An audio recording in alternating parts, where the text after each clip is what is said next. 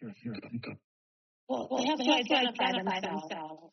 Oh, identify. Yeah, they could put that on with their names. And then I see P&E. I don't know who P&E is. Yeah, Echo it. Is there an echo or is it just me? I hear an echo too. Okay. There's multiple iPhones. They have to be taken off, and people have to put their name on. They can just use the rename feature in Zoom. They could do that also. Yeah, no, please rename yourselves. If you can add your unit number on the name, that would be great. If not, Then I see Samsungs. Those have to be removed also. and Bauer, can we see you? I mean, your camera's off, but we see that you're here.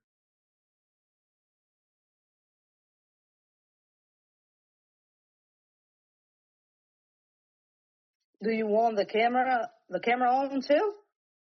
That's up to you. I don't know. I just don't want to interfere with whatever he said. Not to step, but. I appreciate that. Is your name Dan? My name is Elda. I'm Dan's wife. Dan is right here. Okay. He has the right to have a wife. Right? He has the right to have whatever he wants. Here you go, Danny. Hey, how are you? Okay. All right. Good evening. I will not be on camera, but thank you. There's No one worries. phone number. Yeah, please have the phone numbers deleted, and then they could put their names on the Zoom feature or log back in with their names. Yeah, who is the 917-647-5166? I have the microphone on, and your volume is non-existent for my cell phone right now. I can barely hear you. You talking to me? I'm talking to all. Oh, I hear everybody loud and clear. So do I. Maybe check your settings. But again, if you don't have your name listed on your name, on your display, I'm going to remove you from the meeting. So please put your first Better. name. I got it. Better. I don't want to be removed. I'm trying to get a picture up. I put my name and my information in the chat. Julie Nygren, 6B, the Nautilus. Your name is there. You're good, Julie. Thank you. I have an iPhone. I have Samsung. I have DME somewhere. And a lot. JDC41's phone. There's they got to put their names on there. Tim B. Not sure who Tim B is. Probably Tim Brennan. He just joined though. I don't think he. Hey, Zoom user.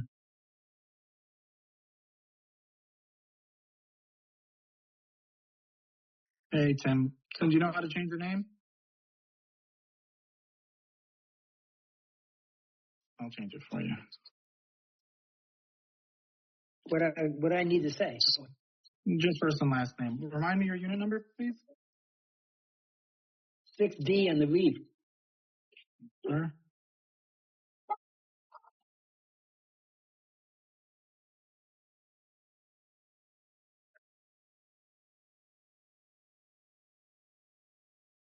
Attendance. This is pretty. This is great. Again, 647-5166. If you don't change your name, I'm gonna have to start removing people because I want to get the meeting started. We have plenty of owners, and we want to be respectful of everybody's time.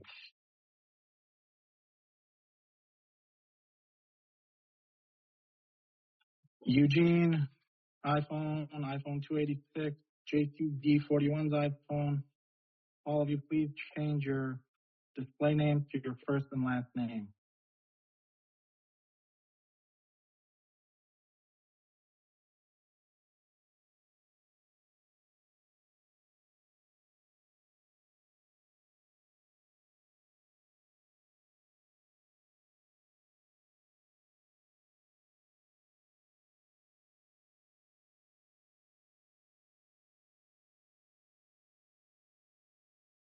There's people typing from the chat.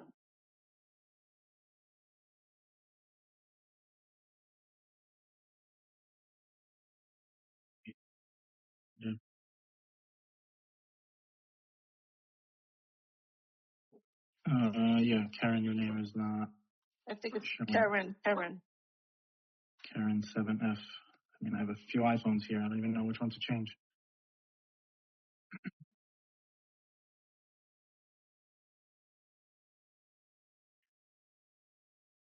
Again, Eugene, 2 iPhones.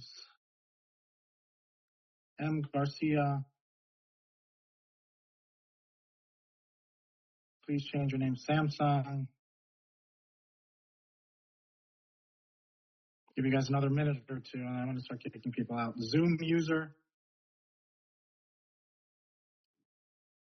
We just need to know everyone that's participating in the meeting. So please change your names. I'll have to remove you from the meeting.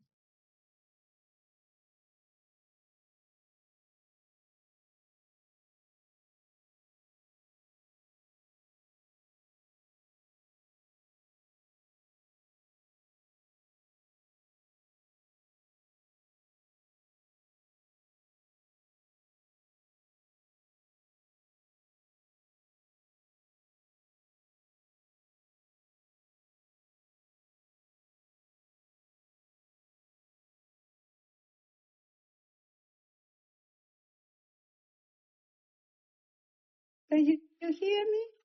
Yes. Hey, Norma. Yeah. Hi, how are you? No, it's because I don't know what to write because I cannot see well. You're okay. You're okay. I have your first and last name there. Okay. Thank you. Nice to see you. You too. Okay, for those who just joined, please change your name. This is the last time I'm going to say it. Change your name in the next minute, or I'm going to remove you from the meeting. This is B. Pius, iPhone, Eugene, M. Garcia. There we go, Martha. Thank you. Samsung and Zoom user. There.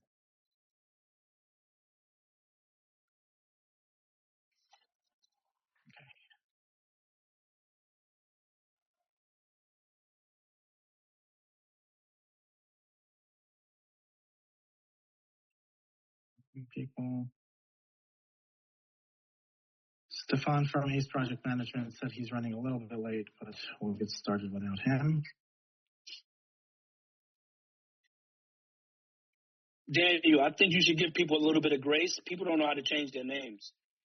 Like, some people are just here just trying to figure it out on the spot. So to kind of like remove them and they probably don't know how to do it, then that's, I don't think that's fair.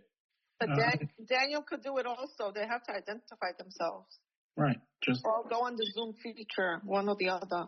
That's what we sent out the letter. I got out. I signed out and I signed in again. That's where I did it. Right. And that's what everybody else is doing. It's just at 7:40 now. There's a lot of people here. I want to be respectful of everybody's time. Andrew B. What's your last name?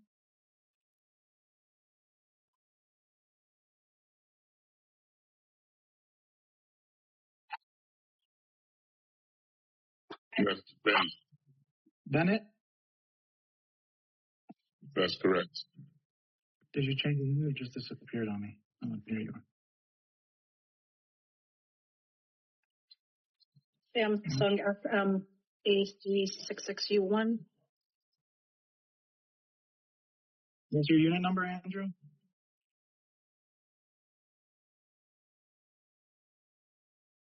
Yeah.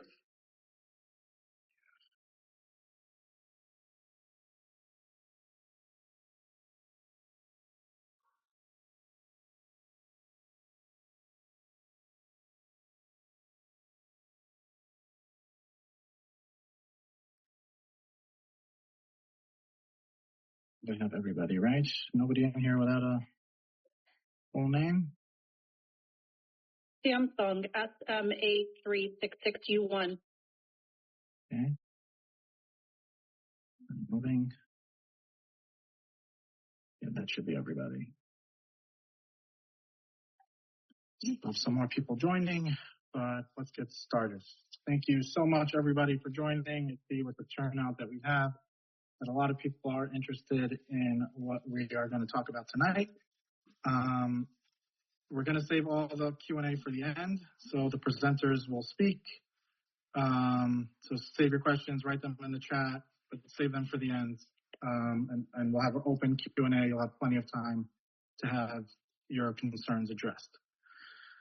The first item on our agenda is updates on the HELOC, the funds that are paid to date, and the special assessment. On the call today, we have Adrian Ali, who is the controller at All Area, and he has a report to share with everybody. Adrian? Hi, everyone. Good evening. So as Daniel mentioned, the first point to discuss would be the HELOC.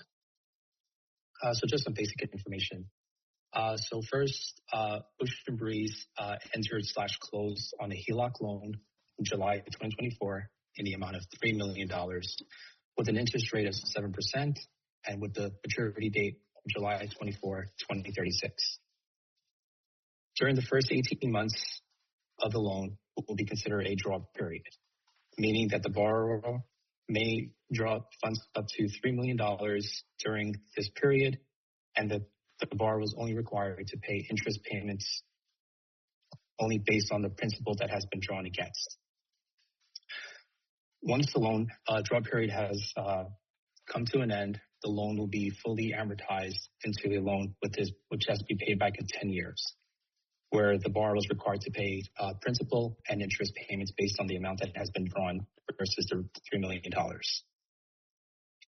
I want to put that in writing. That's too much for my brain already to write down and process. I'd like to see that somewhere.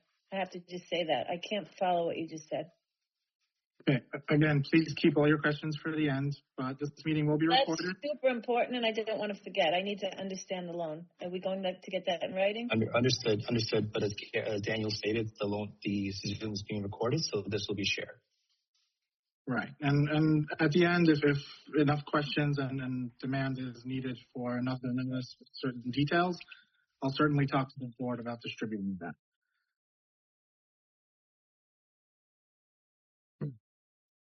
As of today, we have drawn $1,284,465.63, which the funds have been used to pay the respective vendors that are related to the project. So that's all I have to say regarding the HELOC. Should we move on to the assessment, Daniel, or move on to the facade project? I don't think Stefan is here yet.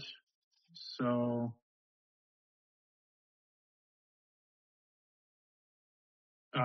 just proceed with the special. Sorry, Daniel, there's some questions in the chat that I think are easy to respond to right now. One of them, this is Emma. Sorry for interrupting. Yep. I was looking at the chat. The question is, was the HELOC a variable or a fixed rate? And the answer is it is a fixed rate at 7%. That is correct.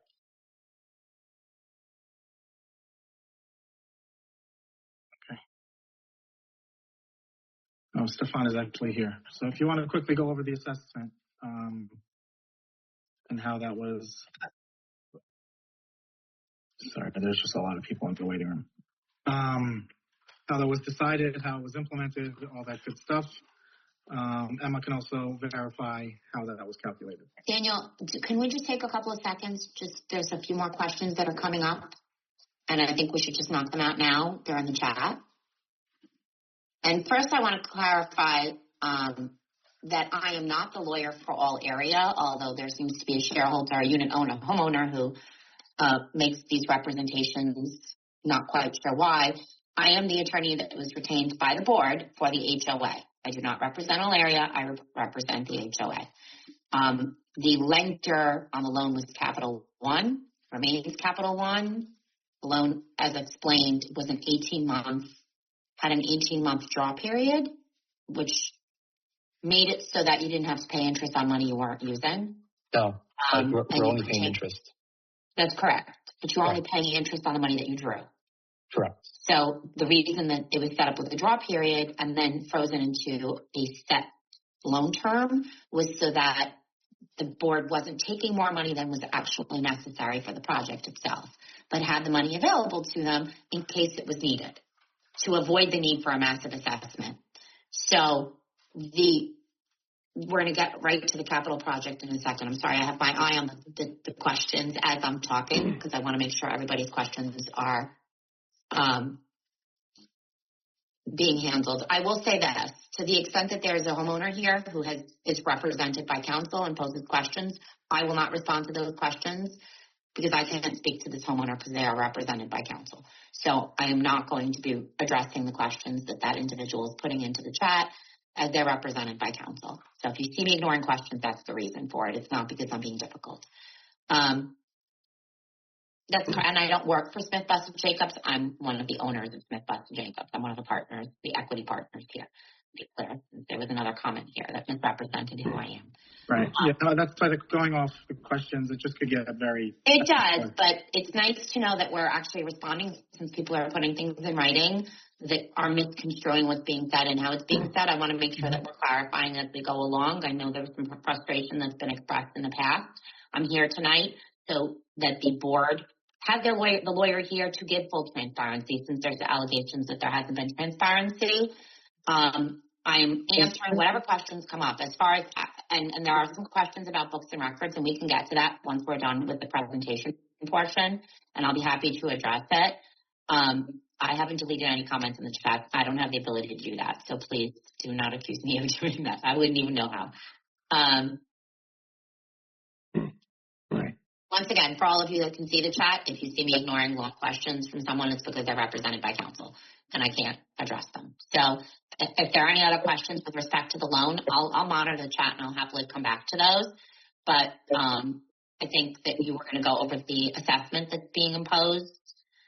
Yes. Okay. I apologize for chiming in. I just wanted to make sure that was clear. All right. Yep. Okay, so just starting off with the assessment, back in January 2026, a notice was distributed to the entire building regarding the assessment that was put into place. It was determined that the assessment will be for $4.5 million that will be spread over 12 years, starting March 1st of 2026 and ending February 2038. The payment structure that we went based on the assessment is the weighted average, which means is we're going based on the number of bedrooms in your respective unit that you live in. So for instance, if you are living in a one-bedroom unit, your monthly payment for the assessment will be $65.79. For a two-bedroom, will be $131.58, and for a three-bedroom will be $197.37. Now, the purpose of this assessment is to, one, pay back the HELOC loan, and two, to build reserves. Yeah. Any questions? I think we should hold off on the questions till the end. Okay. Stefan, are you here? I'm here, yes. Okay. So that concludes your portion, Adrian? Yes. Okay, great. Stefan, the next item on our agenda is updates on the facade project, sponsor work, and the window project. Yes. Good evening, everyone, and thank you for having us tonight. I understand there are a lot of questions, and here is another opportunity to go over some of the items. I would like to share my screen. If Daniel, if you can make me co-host, that would be appreciated. We're going to go over, the entire project again with timeline and contracts and amounts and what's included, what is not, and how the prices came to be to where they are today. What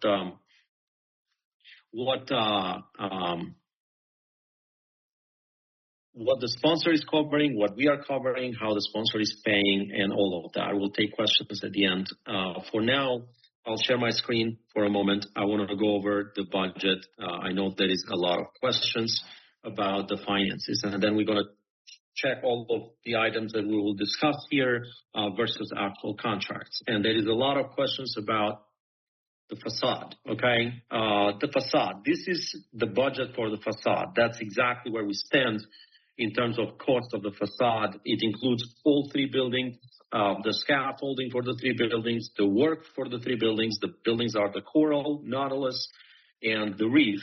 All of them are in the contract. This is the contract. The contract we signed with the general contractor initially is $1,274,692,000. That is the original contract. That amount includes sidewalk bridge, drop scaffolding, and construction for the facade repairs to make our facade safe, file their safe reports with the Department of Building, and ensure that the balconies remain open and the status on the facade is safe.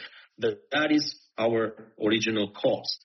That cost so far has incurred $39,147 in change orders. This is additional work above and beyond the scope that was originally designed. That represents a 3.07% change order rate, okay, which is a phenomenal rate on facade work in New York City, okay? That is aspect number one of this job. That is the bread and butter, the base scope. That is the original contract, the original mission. The second item on that was the balconies. The balconies are $722,370 for the condo. Those are 104 balconies that need to be done to make the building uniform, and I'll go a bit more in detail once we have the proposal and the cost to the sponsor and the cost to us and the cost per balcony in a few minutes. But that's the cost of the balconies. This is additional work that was added to the original contract. It's not a change order. It's not something that the contractor came in and said, this is original scope and we need to increase it. This was added. It was mostly added because the sponsor was going to do 69 balconies. Now, I will explain everyone, and we're going to go over the specs of the balcony repairs. So here is what the dilemma was for the board and the balconies, okay? The sponsor was found liable or agreed to be found liable, because if we did go to court, he probably would get away with not doing anything. But he agreed to refinish 69 balconies, okay, as requested by Ron Belinsky, the third-party court-appointed forensic engineer. 69 balconies the sponsor had to refinish and make them new, okay? Now, here is the problem. Why was the sponsor doing those balconies? Because they were pitched inwards. All the water collected by the rain on those balconies was being pushed into the facade. It was going under the saddle of the balcony door and causing leaks into the living room. In addition to that, constant water into an IFAS or stucco facade is an absolute no-no. Now, those 69 balconies was sporadically all around the three buildings. It would have been absurd from the engineering perspective to do 69 balconies and leave the other 104 non-done. It would mean nothing. The 69 balconies would mean nothing. Think about it. We have 5 balconies aligned one after the other, and 2 of them are being done by the sponsor. The other 3 still remain pitched inwards. What does that mean? The 2 balconies that the sponsor did mean nothing. They don't do any impact whatsoever. So this was something that it was all of the balconies or nothing. And because of that, and because of the uniformity, it would have been extremely ugly to have every other balcony look brand new white and then the other ones look black. The board decided to do the rest of the balconies and add this scope into the existing contract to ensure that this item is once and for all taken care of. There is no more water splashing into the facade. So this cost was added, okay, $722,000. In addition to that, there was another cost of $253,500 added into the existing contract.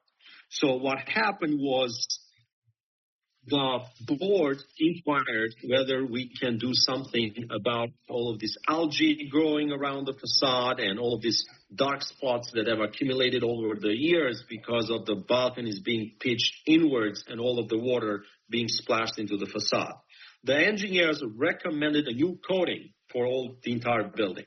They said it will be ideal and the board should seriously consider putting a new coating all around the 3 buildings. Well, that came to about $1 million something to do. And the board decided that's extremely expensive. We are not going to do that. It's a lot of money. So the next best thing was to hand wash the facade. Unfortunately, the type of facade we have, IFAS, is the weakest type of facade ever. It is the cause of many, many lawsuits around the city. Insurance don't even want to cover it anymore. Contractors cannot find insurance that is going to cover them to do work on this facade. So it is a very hot potato type of facade. No one wants to deal with it. So it is very difficult. If you put power washers into it, you put anything, it will damage the facade. It will cause leaks. So the only way to do something is either you put a new coating or you hand wash it. So the board, we collected this cost, presented it to the board versus, putting a new coating, and it was decided that these costs will be added into the original scope. So then, lastly, and I'm going to explain this delays cost a little bit more later on, the contractor charged $210,000 delays that the owner cost. Okay, that is for, rental equipment, those drop scaffoldings that he has on the building. He has 8 of them. Each one of them is about $4,000 a month to rent. And between the sponsor and the cost to the Department of Building, we caused him more than a year's worth of delays. Okay, and the sponsor was kind enough to split this cost, this delays invoice with us. They are paying for 100,000 of it. We are paying for 109. So that's an additional cost. So that's the total cost in terms of work. Then, of course, we have the shed. The initial contract includes, the shed installation, 3 months of rental, and anything beyond that is a cost on the rental. Now, originally we estimated that to be 202,000. So far today is 209. So that's, of course, a negative 88,000 there because the project was delayed and the scaffolding is sitting far longer than it should have. Now, if we add all of that cost, including the engineering cost, the tenant protection plan inspector, the rental of the scaffolding, the base contract, the change orders, and everything, the total right here comes to $2,857,997 for all 3 buildings. That includes the balconies, the washing of the facade, the scaffolding, the drop scaffolding for all 3 buildings, Coral, Reef, and Nautilus. Okay? Now, to date, we have paid $1.5 million, 1.523,506, and to complete the work as is now without delays or anything else coming up is going to be another 1.4 million to complete the job. That includes the Coral. Okay. That's where we are in terms of facade budget. And of course, we have here a list of every single invoice paid for all of the paid to date. Okay, everything is listed here as an invoice is reviewed and approved. Everything is put here on the spreadsheet, and all of these paid to date numbers are derived by that invoice's facade from here. Okay. When is this project supposed to finish? I'll get to that in a minute. So that's where we are in terms of budget. Of course, we have an executive summary here, right? We added the cleaning on the contract of the facade and the other change orders, all of the totals and paid to date. So if you add the sponsor, this number here, we are paying for it and collecting it from the unit owners. These are the additional windows that we gave everyone the opportunity to take advantage of. That is the total cost of ACE project management. Of course, not all of it has been paid. That's the total cost of tenant protection plan, what we expect it to really end up to be. And then here we are. That's the total project cost, including absolutely everything. The board asked us to separate that into 3 buildings. Some of it, shed rental, is estimated. We don't know exactly how long we're going to incur shed rentals, right? When the project is finished, The tenant protection plan also is $750 per building charge for the life of the project. We don't know how long that's going to take. So that's also estimated on what we think is going to take. Daniel, please mute people. I can't hear Stefan. Yeah, I'm trying to find who that was. Guys, please mute yourselves. So engineering cost is also estimated because the more inspections we have, the more the DOB shows up and requires us to make adjustments, the more engineering inspections we will have. So we don't have a final number on the engineering either. The sponsor credit is also here, as you can see. This is also an estimate, right? So that's the total cost, and the sponsor is paying for it, and I'll show you what the sponsor is paying for it. So that's where we are. We have invoices for the balconies. We have the budgeted for the windows here, Ecker windows. This is all being reimbursed from the unit owners that did order windows. All right, and here we are for. This is the sponsor project that we handled. That's a cost from us, and here are the invoices. So I have shared this with management and the board. More than happy to share this again. This video is being recorded, so you can go over the video and press pause, and you're going to see this report. And I'm going over every tab in here to make sure that you have a recording of every tab, and you can pause and look at the numbers, all right? And call me if you have any questions, okay? But that's where we are in terms of a budget. Now, where are those numbers derived from? I'll explain now. Everyone, you can still see my page, right? You can see the page. Wait, let me just stop it and make sure that I share the whole thing, not just one specific page. So I'm sharing the whole, everything that I'm doing here, you'll be able to see. All right, so balconies, okay? The balcony specification was put together by a third-party engineer, forensic engineer, Ron Belinsky. It was reviewed and confirmed by Solomon Engineering, our engineers, okay? The specifications tell us exactly what needs to be done with the balconies, and it goes in detail explaining all of the work. Anybody interested in seeing what we are doing on the balcony and what needs to be done, here it is, all of the materials used. You can check on what type of warranty those materials have and what is going to waive that warranty or whatever you have to do. These are the specifications for the balcony repair as prepared by the engineer assigned by the court. It tells you exactly what it goes, where it goes, and how it's going to go, okay? That's the specifications of the balcony. Those specifications went to a contractor. The sponsor decided that they're going to use our facade contractors, so they don't hire their own and don't pay their own scaffolding. So they said, well, you already doing facade. Can we hire this contractor to do this work for us?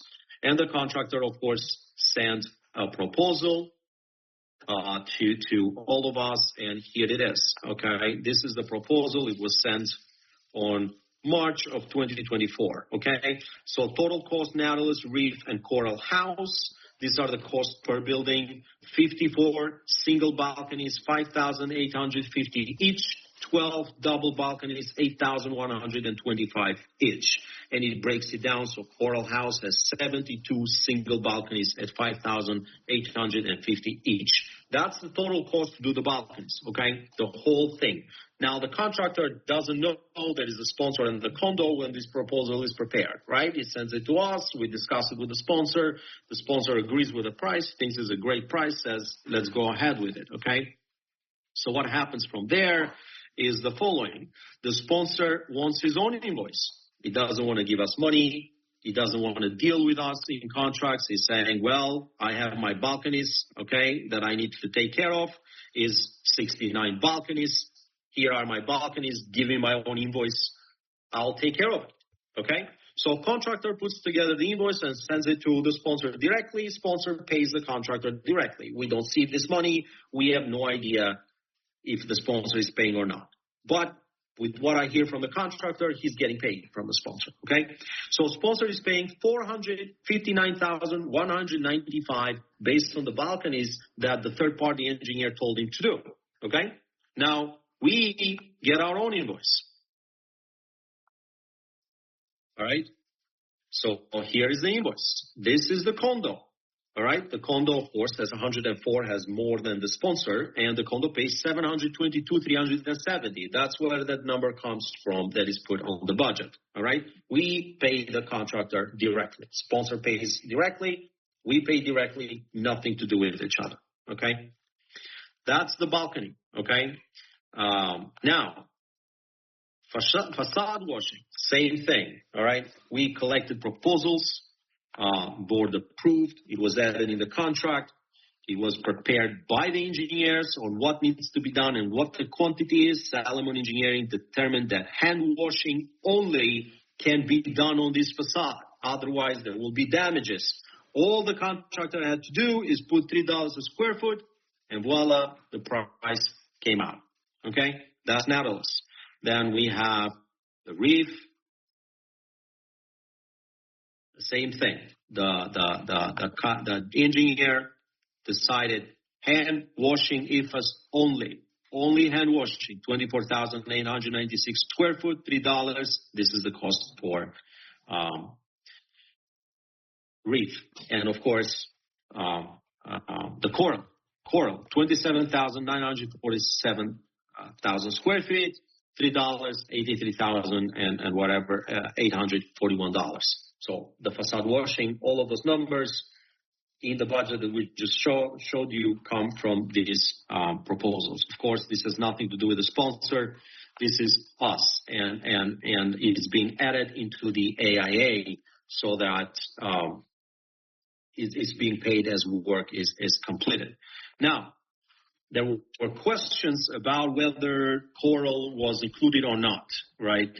Coral is included for all intents and purposes. In my view, in the sponsor's view, in our engineer's view, third party's engineer view, contractor's view, the tenant protection plan inspector view, in terms of everybody involved with this, this is one project to us. It's not Coral Reef and Nautilus, three different projects. None of us is that way. We see it as one project, and there is one contract, has three buildings. Each building has its own scope, has its own cost, but ultimately it is one project. Now, here is the contract. This is the contract that was prepared by our attorney, okay, to be sent to Wyndham Restoration, the contractor, for facade repair project Ocean Breeze, the whole Ocean Breeze, okay, and architect Salomon Engineering, okay, done on October 31st, 2023, all right? So it goes over all the terms and the amounts and the cost, and I will show you each one of them here. So here it is, contract sum per building as follows, all right? This Rockway, Nautilus, the Reef, and Coral, all right? All of the three buildings are there. Contract sum, $1,274,692. That is where this number is coming from, okay? This number right here.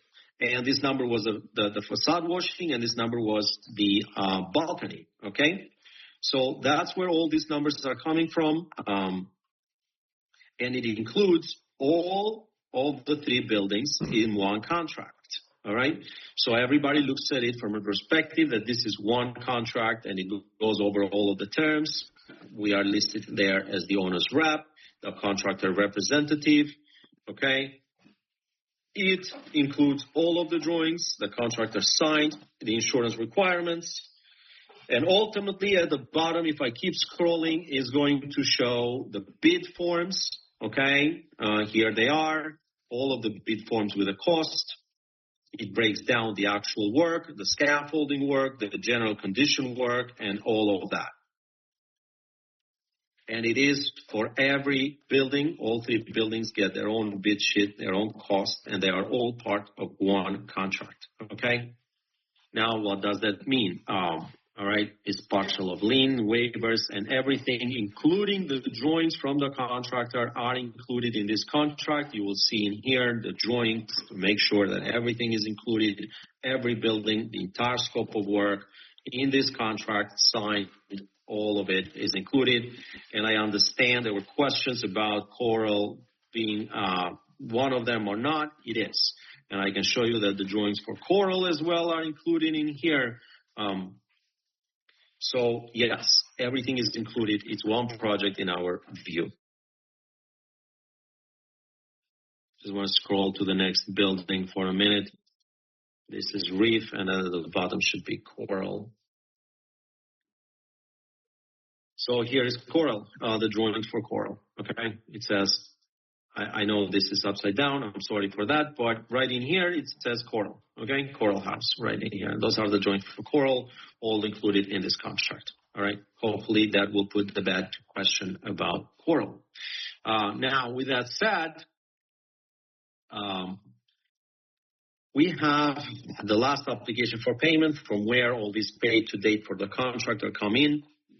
Again, so here we have the contract sum.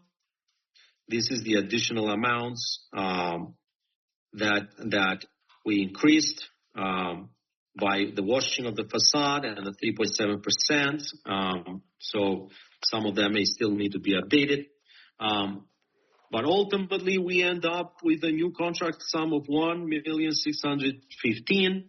That includes the change orders, the facade washing, and the scaffolding. Okay, so if you look at this, the way you read SWARP conditions, the way you read this is 221 beach, and this is the scope, and it goes on the second page, and then at some point you're going to see 260. This is the Coral, 470,000 total.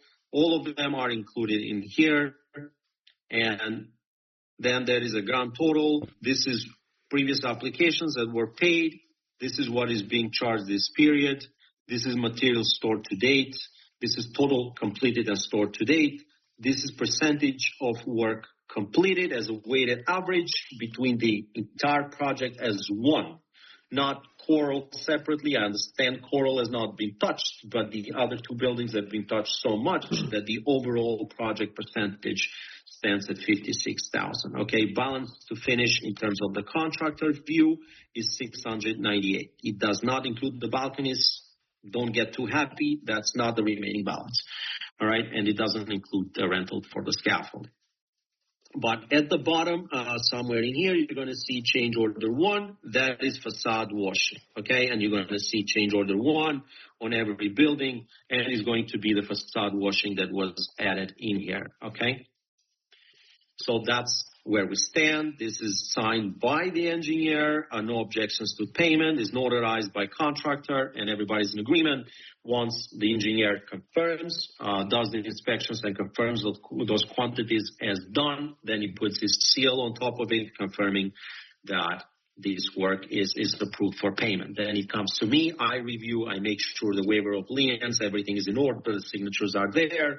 Once everything is checked and is confirmed against the contract as a double check to the engineer as well, then it's sent to Daniel. Daniel also reviews, then he sends it to the board, then the board also reviews and approves. And when all of that process takes place, Daniel puts a package together that is sent to the bank. Our bank sends their own engineer to come on site and confirm all of these amounts. And then when their engineer confirms all of these amounts, then they send the money to Daniel so Daniel can pay the invoice to the contractor. And that's how it takes 4 to 5 months to get one invoice paid at Ocean Breeze, okay? A couple of things that I want everybody to know. So we have all the approved drawings. Reef Coral also has approved drawings. For those of you that have questions about it, here it is. This is the Coral DOB accepted. This means they are approved by the Department of Building. We have not pulled the permit because the minute we pull that permit, we'll require to pay the tenant protection plan inspector $750 a week. Since we haven't started there yet, and the board said we have to move far enough or be completed with the first 2 buildings before we move on to the 3rd building, we have not pulled the permit so that we don't have to pay the tenant protection plan, okay, on the Coral. That's where we are with that. Now, a couple of things that I need to make sure that everybody understands. It is the general view of everyone involved in this project that the condition of the facade from the 3 buildings, Coral probably has the worst of it, okay? Coral does not have to comply with local law 11 compliance. And that's good and bad. The good part is that we don't have to seal the balconies. The bad part is that Coral, from the 3 buildings, is in the worst shape. And the other 2 buildings that do have to comply with local law 11 are now filed unsafe. They've been found unsafe. The balconies have been shut down. A sidewalk bridge is mandatory to be in place until those unsafe conditions are addressed. Where does that leave us with Coral? I don't know. You can make up your mind on that. But our engineer inspected in 2021. He found the 2 buildings that have to comply with local law 11 as unsafe. They told us you have to do repairs immediately. That I am not going to sign this building as safe or swarm, because if I do, the DOB inspector will come in. He will not accept my findings. He will still deem the building unsafe, and I'm going to lose my license. Please unpack that. Please unpack that. You're saying it's unsafe. What about all the work you just finished talking about that you just finished doing? What do you mean unsafe? So the work we are doing is making the facade safe, but they are filed unsafe, and until the entire building is completed, a new report is filed as safe. The DOB comes and inspects and confirms that report and accepts that report. Until that day, the status of the building is unsafe. Right? Yes. You clarify a little bit what safe means. It's not safe in terms of your safety. It's just a classification that DOB uses. Term of art. So, buildings of 6 stories or higher have to comply with FISP, which is Facade Inspection and Safety Program. Every building that is 6 stories or higher, every 5 years, they have to hire a certified engineer that will come in, do a thorough inspection, prepare a report, and file it with the Department of Building. If you do not file it, you get violations of major magnitude. Okay? So we hired the building hired Salomon Engineering prior to me coming on board. And prior Salomon Engineering made an inspection and said the building is unsafe. We cannot certify it. We cannot even certify it as swamp. There is 3 categories that the engineer can find. Is swamp safe with a repair program in place, which means you are safe for the next few years, but in 5 years from now, you will be unsafe. It can be found safe. You don't need to do anything. They file the building safe and you're good. Or it can be found unsafe, and they file unsafe, and you immediately have to shut off the balconies, and you cannot use them, and you immediately have to install a scaffolding or sidewalk bridge around the building for the safety of people walking around. Okay, that is the process. That is the law. Now, the 2 buildings that have to comply with this report were inspected and found unsafe. They were filed as unsafe, the bridge was put in place, the balconies were shut down, and the work started so that the repairs can happen. Now, we cannot change the status because we finished half of the balcony. We have to finish the entire facade and the balconies and make sure they are safe, and then we file with the Department of Building safe. They come in, they check, they inspect, they confirm that, yes, indeed, we did do the repairs, and the report is accepted, and then we can open the balconies and remove the sidewalk bridge. Coral is under 6 stories. Okay, and doesn't have to comply with it, right? But everybody should understand that it is our view and engineering view that from the 3 buildings, Coral is the one that has a facade in the worst shape, and everybody can see that. I mean, you can walk around and you can look at it, and it's very obvious. It doesn't take an engineer to tell, but that's where we are right now. So the work has stopped during the winter because the material that we are installing requires 42 Fahrenheit overnight or higher. As soon as the temperature gets a little bit better, then we will continue with the work. Again, REEF is far ahead and will be done very soon, and we will file the safe report, and I expect this spring to have a REEF all of the balconies open and the scaffolding removed, and Natal is following thereafter. And as soon as we are close to wrapping up those 2 balconies, then the scaffolding will be removed from here and be installed at the Coral. So we start the work at the Coral as well and finish that work. Yes, Coral doesn't need to file, so once the work is completed, we don't have to file a report. We don't have to wait for the Department of Building. As work is completed, we remove the scaffolding and reopen the balconies. In fact, we don't even need to close the balconies, but when the work starts, we will have to. So that's where we are in terms of the facade. Now, as far as the windows, the sponsor was found liable to replace the windows on 63 apartments and balcony doors in an additional 5 apartments, okay? So the sponsor hired its own contractor. They paid their own contractor for this work. We were just, hired to push the sponsor to actually do that work because it was very difficult to actually get him to do it and coordinate the work, okay? And then as part of that work, we asked the sponsor whether he would be extending the courtesy of providing the pricing that he's paying for this work to other shareholders that may want to pay for their own windows and partake on this wholesale deal. As a result, about 20 apartments partook on that deal, and they paid for their own windows. And of course, the condo paid the window contractor and then collected from the unit owners. That's where that number that I was talking about here comes from. Here it is. So this is the amount that we paid on behalf of unit owners, and it was charged in their account and collected from them, okay? So with that said, that work is progressing well. I believe there is a couple of apartments that still didn't receive the windows. We are going through a reconciliation report with the contractor, Echo Windows, who really is the sponsor's window contractor. We are just reconciling the bills. Once that's confirmed and we are paying the outstanding bills to him, he will come back and finish the remaining work. Keep in mind that ACE project management contract to manage that expired on December 31st, so any work January, February, and moving forward is a courtesy service. We are not under contract to do that, but we will do our best to wrap up those final apartments and finish that project as well. Now, let me give you a little bit of a timeline in terms of the facade work, the delays, and the windows, how everything adds up together, okay? So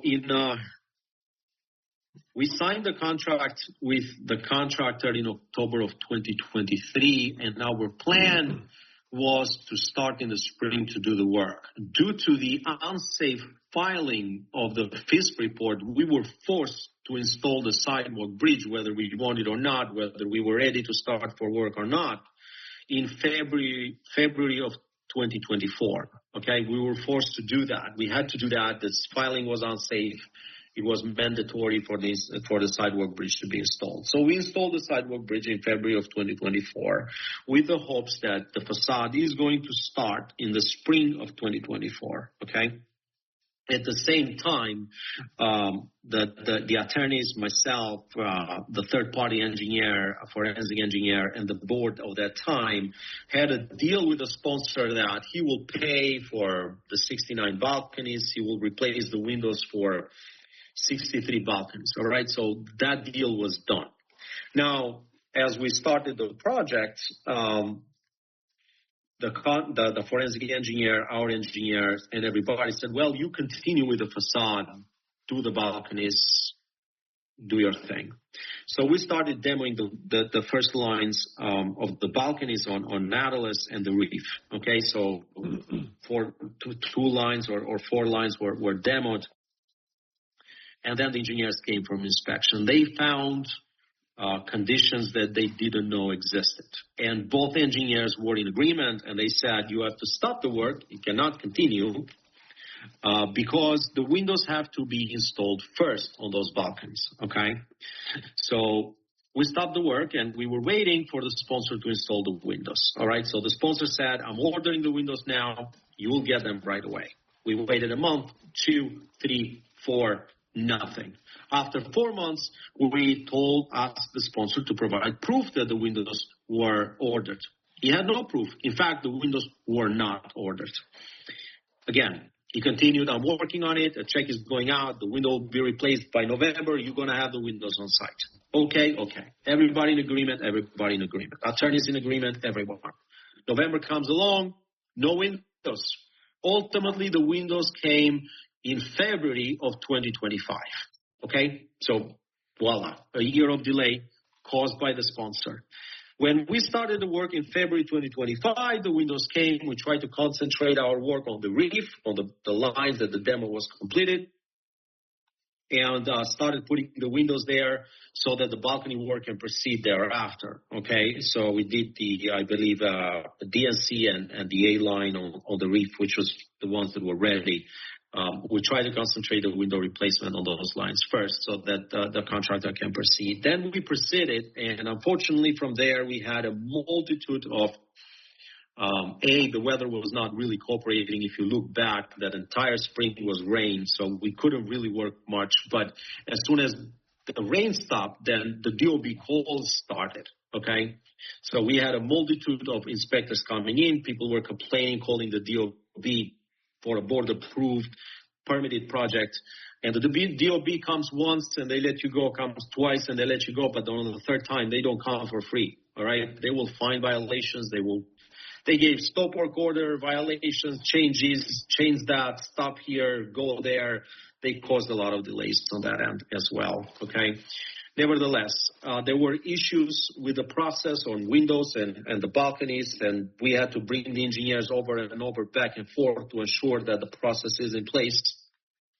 And ultimately, the process was finished and finalized, and then we started, and then you saw how fast the reef was moving in the last couple of months. So we are very confident that we have the process down, and we believe that reef probably has 3 weeks worth of work to be completed, and Nautilus has maybe a month and a half to 2, and they will be completed as soon as the weather allows. And the reports will be filed with the Department of Building. Not sure how long that will take to be reviewed, but once it is reviewed and approved, we'll proceed with opening the balconies and removing the sidewalk bridge, and hopefully concentrate our work into Coral. So that's pretty much where we are overall with the process. And this is the update. If there is any particular document anybody wants to see or wants to review, I'm more than happy to share them on the screen. Everything is contracted and reviewed by engineers. The contract was done by the attorney for the building. So we are just following the contract, and the contract includes all of the 3 buildings. Awesome. Thank you so much, Stefan. I was trying to keep up with the questions in the chat, but it's gotten a little out of control. I think right now, and I appreciate everybody's passion. I think your dedication to this building and investment is very important for the community. The point of this meeting is for transparency. We hear your concerns. The board makes decisions as fellow unit owners. They pay the assessment the same way you guys do, and any issues that come up, they're affected just as much as the next person. So keeping that in mind, let's open up the floor for questions, but please, one at a time. If you can raise your hand, I'll call on you, and you can unmute yourself. I see Chris Slaughter has his hand up. Please unmute yourself and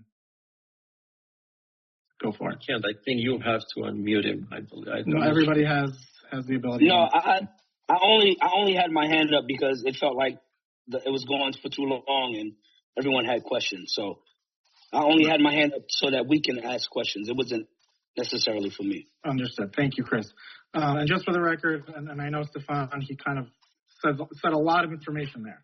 But the point is, for the recording, for people who could not attend the meeting, so they have all the information readily available. I do see April with her hand up. Hi, thanks. So I just had a question. So thanks, Stefan, that was a good breakdown. So I know like a few years back, we did build up the reserve, from a deficit, which was incredible. And, now we're in the red again. And then, of course, we have the HELOC. So, this may be a bit much to do on the Zoom, but can we get a breakdown of where that reserve money went and, basically how we ended up on like the opposite end? Well, to answer that, we had to use some of the reserve funds while we were getting the HELOC in place. So the project already started. We needed to pay the engineers, project management, contractors. So we had to pull from the reserves until the HELOC was in place. Part of the assessment that we just implemented starting March is to replenish that reserve account. Gotcha. Can I ask one quick follow-up question? Sure. Like at the very beginning, the HELOC was, at least my interpretation was, it was presented as, we do the HELOC or we get an assessment. But then now we're getting an assessment to pay the HELOC. So is this just like as time evolved and as things evolved, it changed? May I respond to that, Daniel? Is that okay? Please. Sure. Sorry. Hi, everyone. I wanted to answer that question because I think it's probably one of the best questions, and I did see it posed a few times in the chat as well. So the amount of money that was necessary to get this work done was necessary in a short period of time. If an assessment had been imposed in lieu of getting the HELOC, it would have been a very large assessment, and it would have had to be made payable over a year and a half, basically, so the contractor could be paid. Getting the HELOC allows you 10 years to pay that money off, which means it's a much lower monthly amount, which can be afforded. The bigger issue is that, well, I wouldn't say the bigger issue, but as big of an issue is the fact that there are a number of unit owners that are not homeowners that are not paying. And relying on an assessment to be able, even if they had done, let's say, an 18-month assessment to raise the couple $1 million that was needed to do the work, if 40 people didn't pay it, then they wouldn't be able to pay for the work. So in order to keep it so that it was being maintained as something that was affordable for the homeowners, it made more sense to stretch it out over an extended period of time. And since they've been paying interest only for now, they didn't pass the assessment. Now that we're getting towards the end, the assessment's going to start because you're going to start paying off this loan over time, over the next 8 to 10 year period through that assessment. And hopefully, also replenishing your reserves. And at the same time, I think I've spoken to homeowners at meetings over the last couple of years that I've been here. We have made strident efforts at collection. We've collected from a few unit owners. We have a large one that's being resolved as we speak. So there have been efforts not only to collect the back charges that are owed, but also to get people paying moving forward, because that's as important. Right. And just to clarify, and I know this has been a misconception for a lot of owners, I don't think we ever said that the HELOC is pulled to avoid an assessment. The verbiage that was used that I recall was that we took a HELOC out to avoid an immediate assessment. I looked at our original HELOC notice that we sent in August of 24, and I understand how some people could have misunderstood the verbiage there. But it basically says, as no funds have been drawn to line of credit, yada, yada, once those details are determined, we will continue to apprise the HOA members on understanding the goal of lightening the financial burden on all homeowners by spreading the cost of repayment out over time. The repayment of the loan was always going to be an assessment. So when that was said or how or why or whatever, maybe that should have been clearer in that notice, but we always planned on having an assessment. That was never not an option. It was just to avoid an immediate assessment, given that with first service, an assessment had just ended, and it was a way to kind of lighten the load on unit owners. And as you can see, we're doing a 12-year assessment as opposed to a short 1.5, 2-year assessment. So that's kind of the background there. Julie, you had a question? Yes, hi, thank you. So I purchased the condo about 4 years ago for 2-bedroom in the Nautilus, $405,000, and I have seen no increase in value in the condo in the last 4 years. I had a tenant in there who didn't pay. I mean, I'm really upset about the investment I made, and So a couple things, I've heard that a lot of people are not paying their HOA fees, which I find deeply disturbing.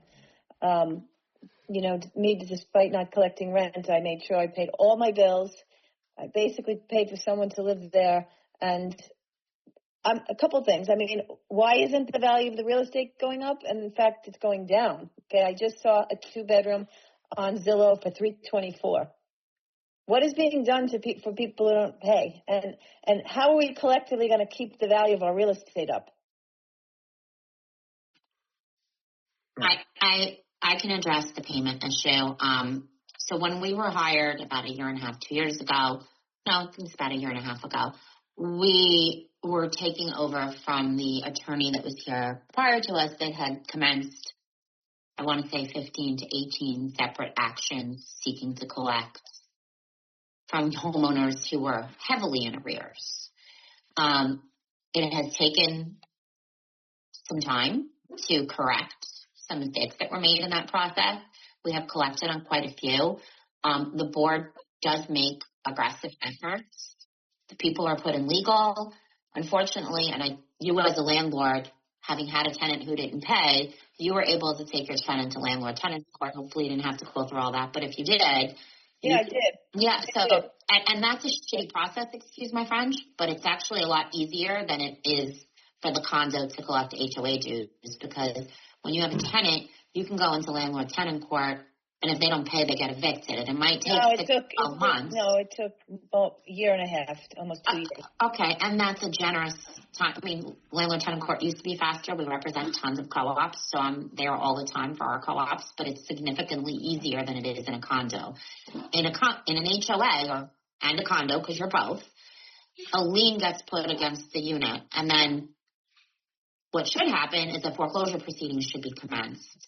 And that can take, if everything went really well and the courts were moving really quickly, 1.5 years. If not, it could take 2 to 3 years.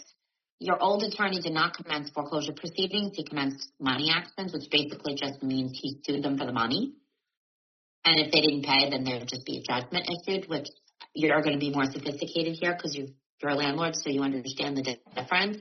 It wasn't a useful way to spend the time. People don't have money. I haven't they don't said pay. we have been. Sorry? People don't have money. That's why they don't pay. Which is why you foreclosed. But that's not what he did. So we were able to resolve some of those and get payment in various ways. A few of them were also, their mortgages were also being foreclosed. And you take second position to the bank because the bank has a first lien. So that created some problems.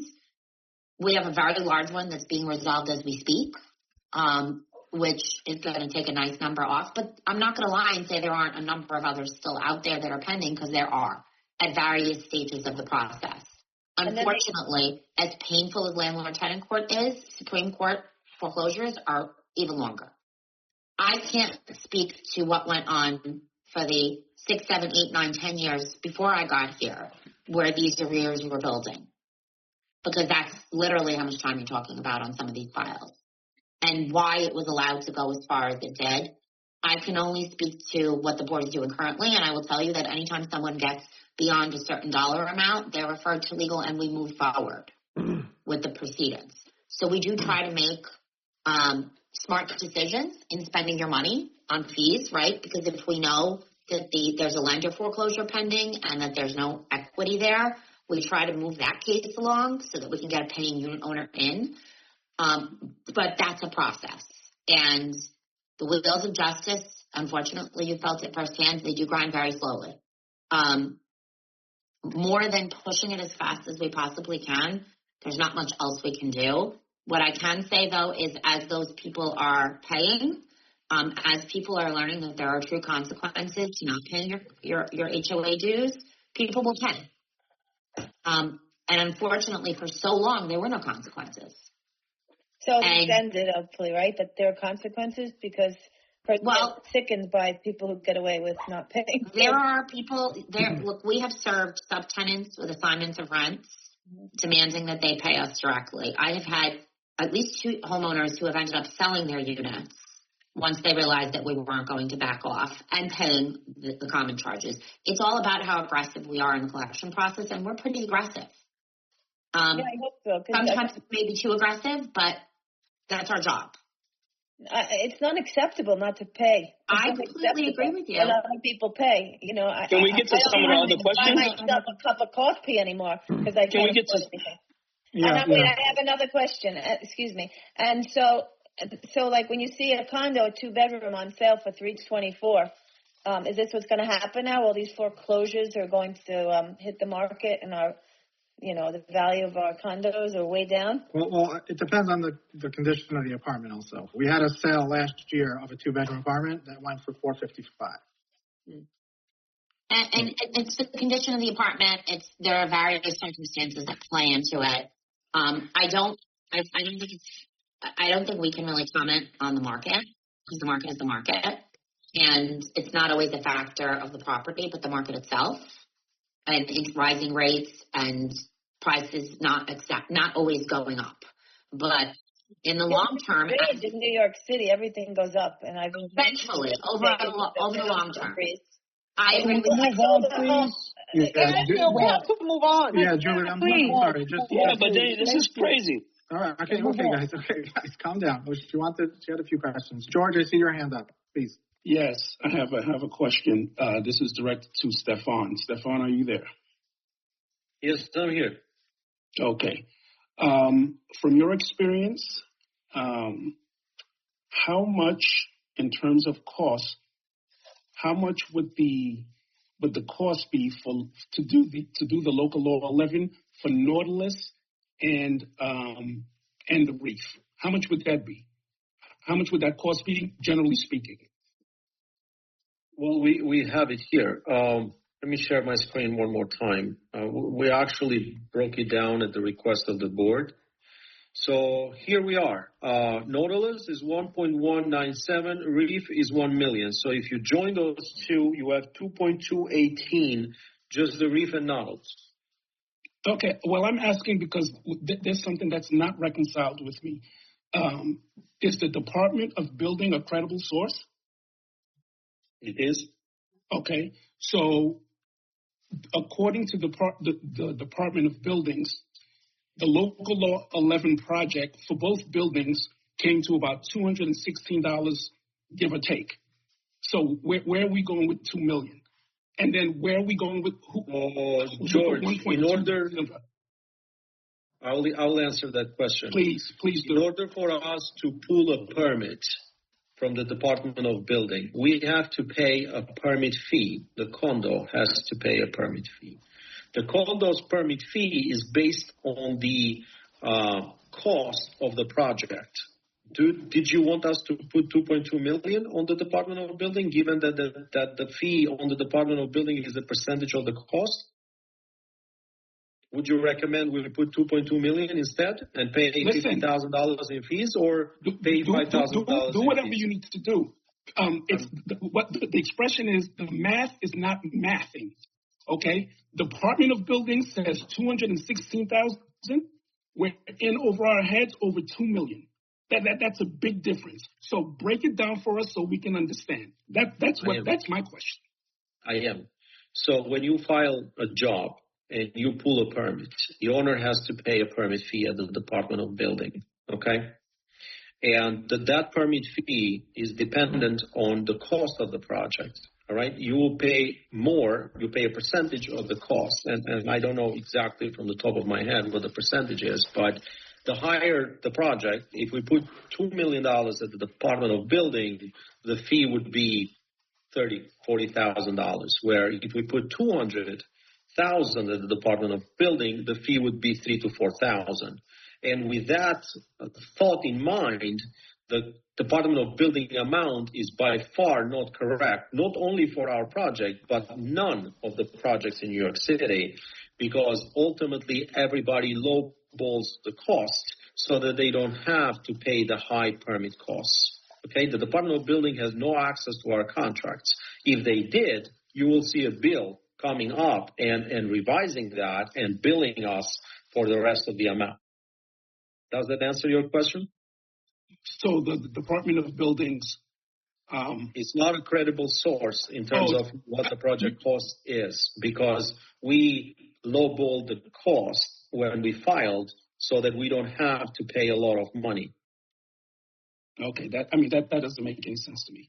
All right, Daniel, I have a question to you, and I guess it's to the board, and I hope other people have questions. I just need this math confirmed. We had 1.5 in reserves that is now depleted. Is that accurate? I don't think we had that much in reserves. Adrian, do you recall? I don't recall the exact amount either. Okay, but yes, but nonetheless, our reserves are gone. Is that accurate? They're not gone. They are depleted. Correct. Okay, They have been depleted. I don't want to do semantics. Do we have a substantial amount of money in there for an emergency, or we don't? What do you consider substantial? If all three boilers go out, if there's a problem with the roof. Adrian, do you know how much is in the reserve account? Can you check? Just one moment. Okay, so while he checks that, we have $1.2 million taken from the HELOC. Is that accurate? Roughly, correct.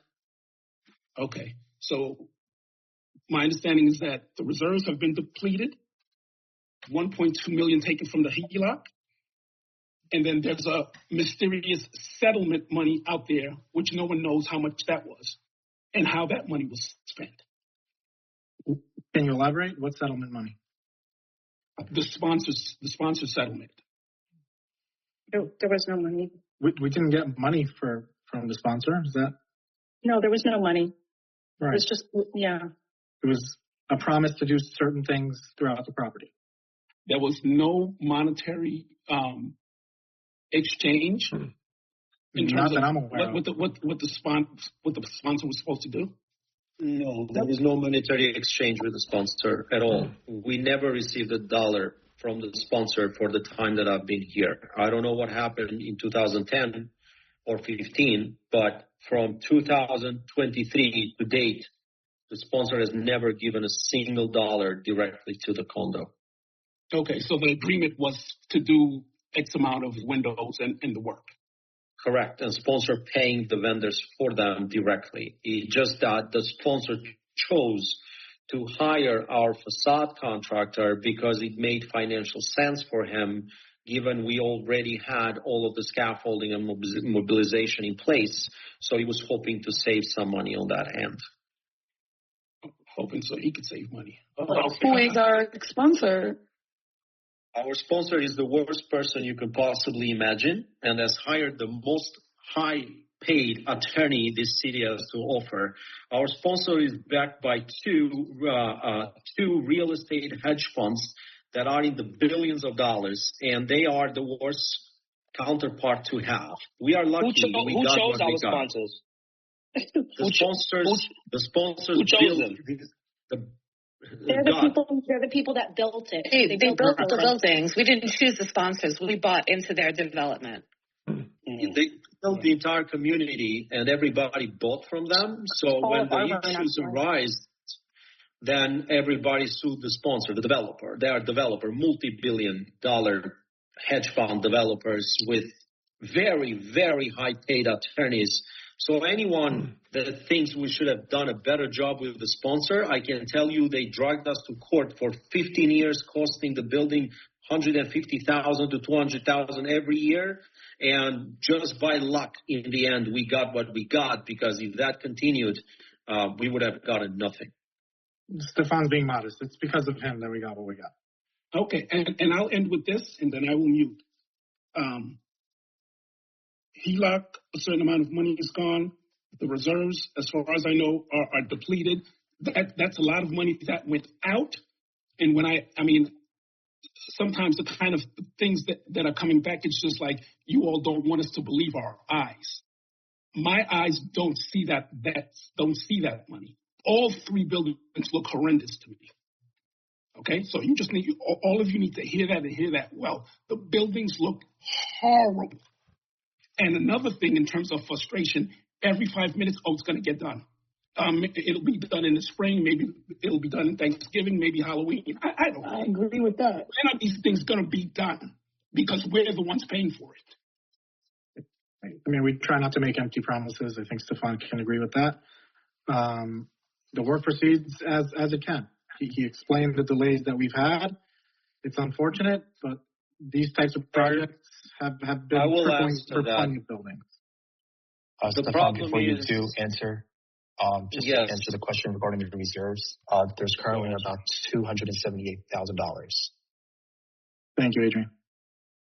So, sir, I know that in theory, or from the outside, it may seem as the work is not progressing. From the inside, this is a very highly regulated job that requires major compliance. Number one, it's weather related. Number two, it has a horrible sponsor thrown in the mix that will do anything in his power not to do and pay any money unless he has no other choice. And it has a third party forensic engineer involved by the court. There is just simply too many chefs in the kitchen, and everybody has their own issues and agendas here. And then to couple everything up, we have unit owners that call the DOB on us, and those few little days that we have to do work, we have to deal with DOB inspections. So I know how it looks from the outside, but you will have to look at the bigger picture and understand that this is not just a simple, straightforward project like renovating an apartment, okay? It's permits, and it's multiple permits required, and the DOB shows up, and the sponsor delays things, and the third-party forensic engineer has opinions, and he wants to stop the job, and he wants to investigate, and he wants to tell us what to do. Our engineer is on the mix as well, okay? And then it's coupled with the fact that our process of payment takes months, and the contractor refusing to come to work because he didn't get paid whenever he has to get paid. So there is a lot of things going on in this project that is, believe me when I say, it has not been an easy road for us at all. We have put so much work and stress and emails and phone calls and yelling and screaming the best we could. But believe me, nobody would have done something better. And with that sponsor and his attorneys, we are lucky to be where we are. And finally, I believe we have the process down. We have gotten rid of the sponsor input for the most part, okay? Because the windows are completed. All he has to do now is pay for the balconies. The third-party forensic engineer is also happy with the specifications and the work that we are doing, so he has no further input. We have it now in place, you know, and our engineer is also happy with the work that is being done. So we have the process in place now. It's just a matter of executing it. And I want to remind everyone that the last 2 months that we actually worked, that is the real speed of the project. Were not all of these other factors not involved with the project, that would have been the real project execution. And we are confident that there will be no more bumps on the road from here. So hopefully weather will be over 42 soon, and we will continue and wrap up those two buildings, and hopefully this summer wrap up Coral as well and finish this project. Because yes, for us too, it has been dragged for far too long. I want to remind everyone that if work doesn't happen and the contractor doesn't get paid, the engineers don't get paid, I don't get paid, nobody gets paid. If no work happens, we don't get paid. I still have to have the meetings. I still get all of the emails from everyone. I still have to pick up the calls. I still have to explain, but we don't get paid. So it is in it is in my best personal interest for this job to finish next week if possible. You know, if we could do it, we would. And nobody is preventing this work on purpose or stopping it. It is against our self-interest to do so. Right. Okay, let's move on just to keep everyone's time and respect. Miriam, you got a question?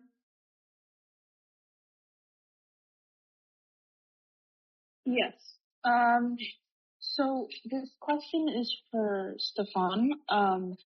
So just trying to go back to your presentation, from what I understood, the balconies can't be fixed unless the new windows are put in. Is that correct?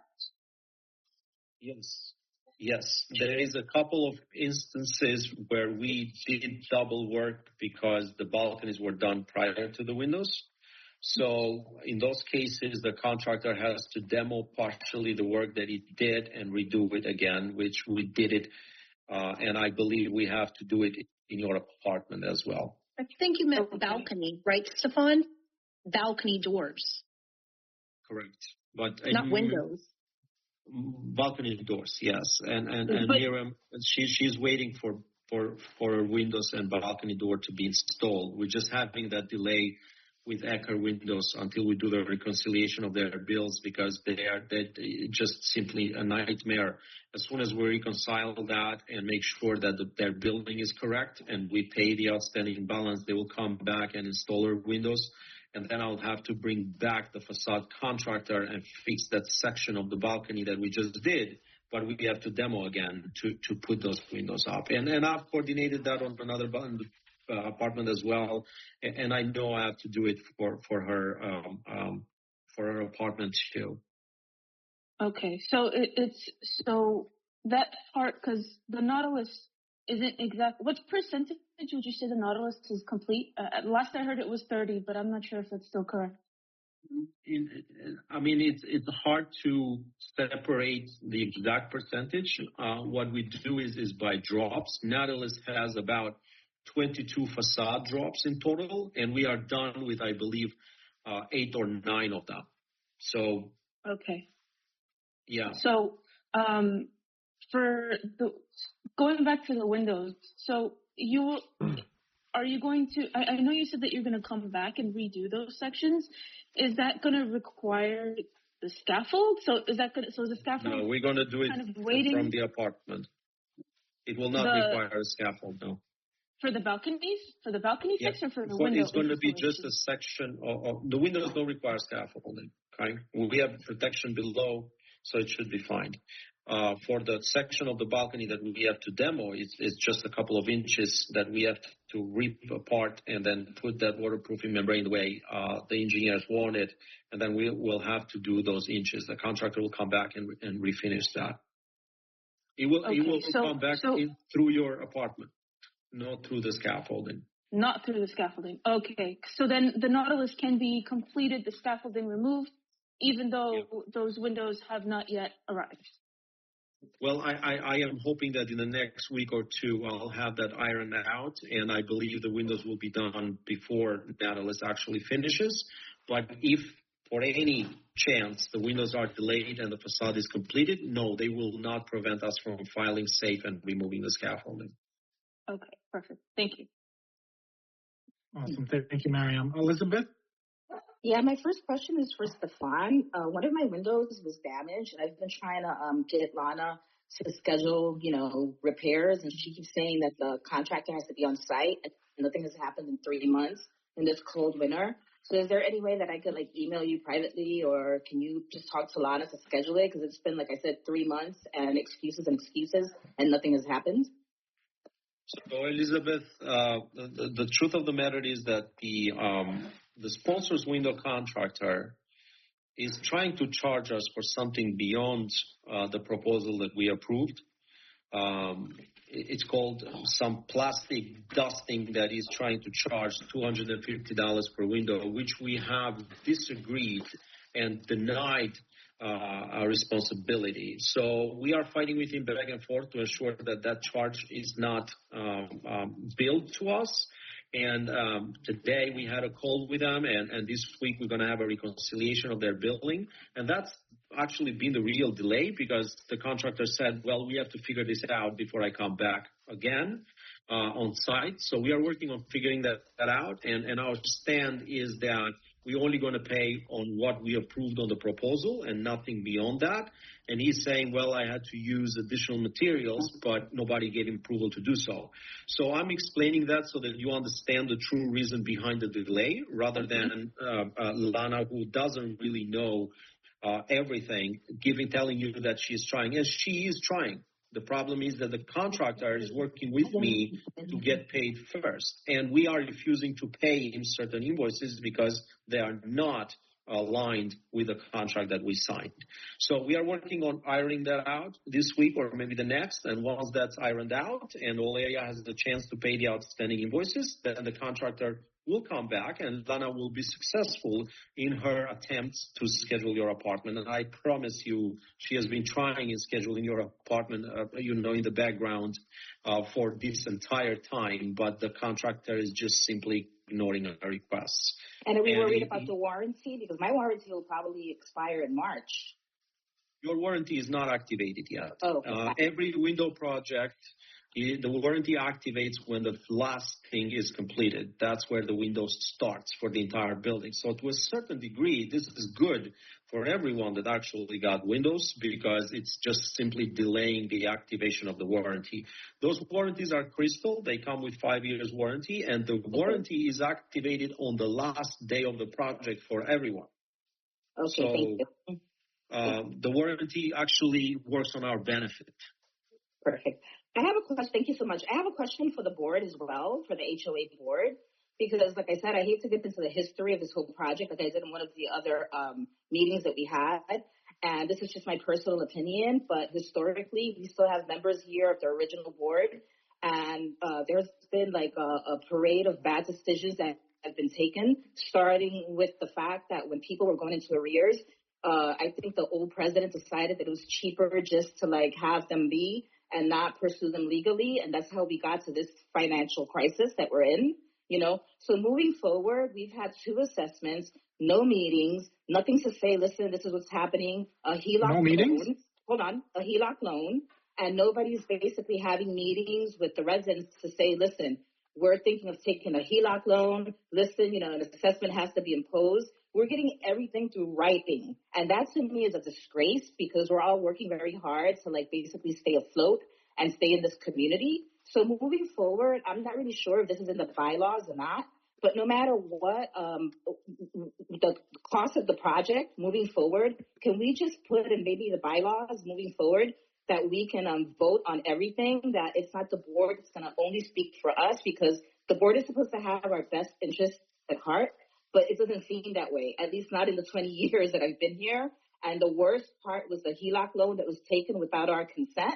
And now the 2 assessments that were imposed to deal with all this mess because we have no money. So anybody at the board, can you address that, please? I really don't think this is the forum for that type of Of course it is the forum because we're talking about transparency. We're all here. And we've tried to be as transparent as possible. We have several people from all area, project management, the attorneys, and everybody here can give you those responses. And honestly, I think the board has been nothing but transparent since I've been involved. Not with the HELOC loan, because none of us knew that we were being that we were taking out a HELOC loan. There's a lot of decisions that the board makes.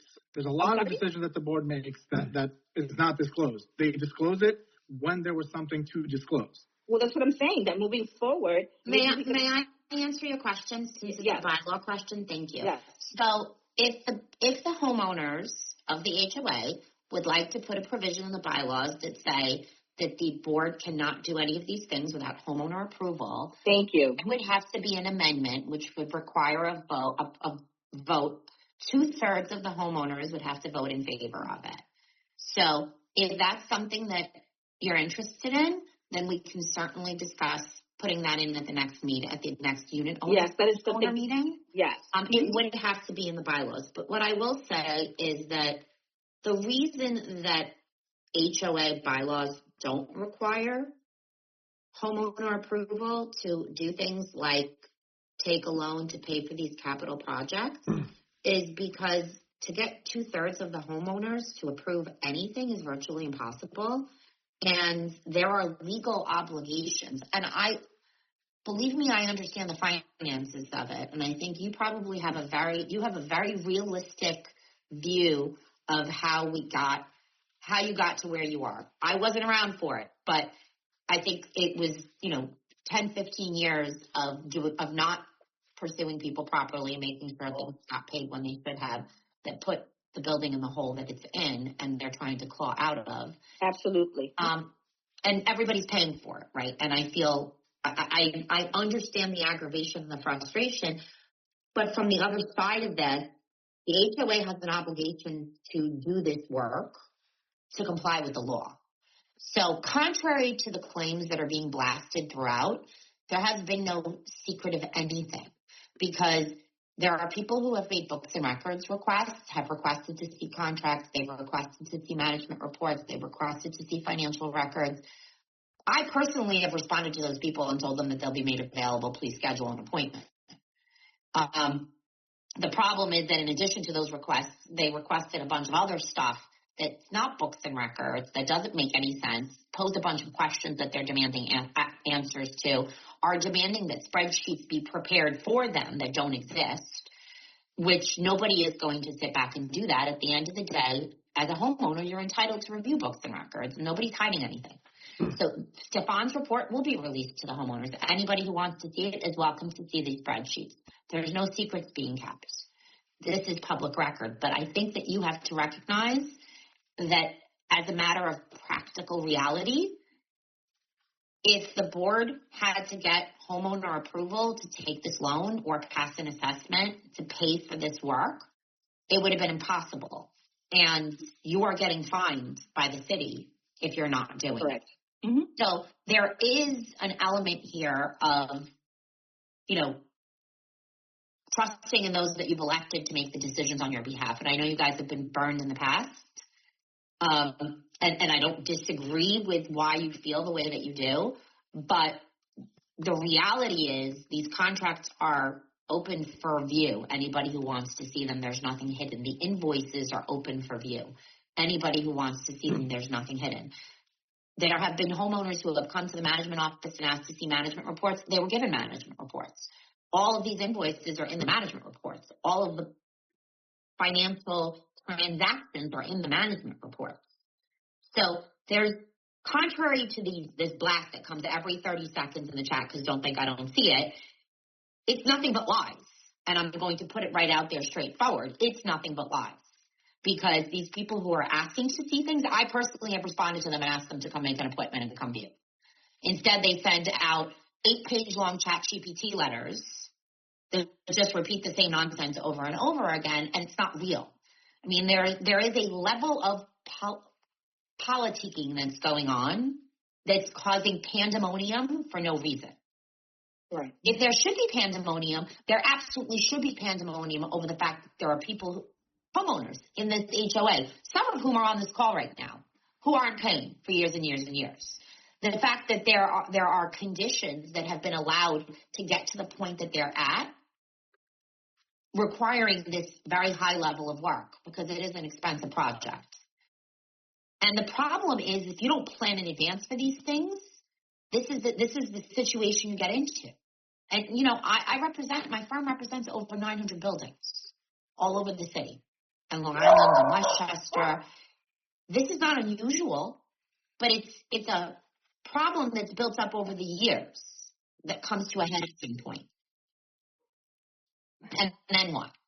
Yeah, it's just the history of it all. Like you said, you weren't here for most of it, but it's been from the very beginning, bad things that led up to this, And that's I totally get it. Yeah, like I said, thank you for your detailed answer. Moving forward, then I think you're right. Maybe us all collectively have to say, let's get 2/3 of the vote together so that we can at least have transparency moving forward, so that if another HELOC loan because I plan to be here forever, so if another HELOC, God forbid, is, in the works in the future, another assessment, that we're going to at least talk. We are a community. And rather than receive a letter or an email stating, this is going to be what you're going to pay. I mean, they didn't even give us options to pay, like annual or, later on they came up with, I guess a little discount, But we have to talk, All of us are, like I said, trying to make it work. And it's been a cost increase. And I'm sure it's not the end of maybe the HOA fees going up.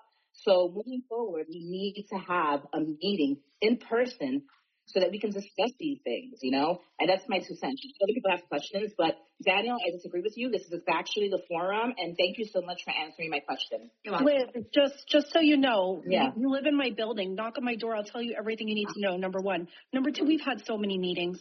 We've had so many. The concept of, do we do an immediate assessment? Do we do a construction loan? Do we do a HELOC? That came up 2 years ago. It's when we started talking about it. And because after it was already taken, not before. No, before. It No, didn't it was close. not It before. didn't close. It didn't close until May. Closed 5 months later. We talked about it for 5 months before the assessment was the documents were signed and it was closed on. And the question was posed repeatedly: do you want to do a construction loan? Do you want to do an immediate assessment, or do you want to do a HELOC? It was discussed again and again, and again. We found out through the HELOC because somebody basically blew the whistle. That's how we found out about the HELOC. No, that's the lie, Liz, because that's not true. That was a It was lie. discussed in board meetings. Yeah. It was Don't discussed in board meetings. Don't do that. Board meetings that were open to us, or board meeting amongst you? Amongst us. The only reason to find out about the HELOC loan one at a was because time. of Rena. Yeah. Don't do that. You guys are not going to rely on Rena. The first public mention of the HELOC was the election where Rena won, being on the board, but she wasn't there. Was at the Coral, and the HELOC was first mentioned then. Afterwards, she claimed that she discovered it, but it was mentioned in her absence when she was elected. It's the first mention of it out loud. And then we had meetings thereafter in the Reef. Mary held a meeting, and we talked about it. And I'm a lawyer actually for different condominiums, and there are condominiums that require a majority vote for loans. What they do is they do immediate assessments, and then they go, or do you want to do a loan? And then everyone gets on board to get a loan. Because the fact of the matter is this wasn't optional. It had to happen. So we had to do something, and we had to figure what could we do that would be the least burden on everyone. And we've never heard any option that sounded like it was better than this. To date, have not yet heard an option that's better than this. No. May I just I think everybody's entitled to feel how they feel. I think, though, that there's been a very clear presentation here on why this was necessary and why it was urgent, and why doing a one-time assessment over a very short period of time was not going to work, because reality is a lot of people could not pay for it. I do want to address, Elizabeth, you mentioned, transparency and access to big records. There's a lot of misstatements and misinformation being spread concerning what I said would and would not be released. Okay. As I said, any homeowner who wants to come and see bank statements, the management reports that contain all of the history of expenses, the monthly expenses, bills paid, money received, so on and so forth, copies of contracts, is welcome to see it. What the misinformation is all about is that people are creating names for documents that don't exist and demanding to see them. There's this thing that they keep referring to, which is a transaction history. I don't know what a transaction history is. There is no report that exists in the books and records of the HOA called a transaction history. Therefore, when a homeowner comes and screams, we want a transaction history, we say, can't have it because it doesn't exist, and we're not going to prepare documents for you because you want them in a certain thing. A transaction history is a check or register. It's not, though, because I've already said bank statements are going to be made available, and all the checks are there in the bank statements. The problem is we're in the year 2026. 90% of things don't get paid by check anymore. So when you get the bank statement, when you look at the management report, which open access to, all they have to do is sign an affidavit that they're using it for a proper purpose. I have written multiple letters, as have other people in my office, to the individuals asking to review these, saying, sure, make an appointment. You're more than welcome to come. Multiple letters.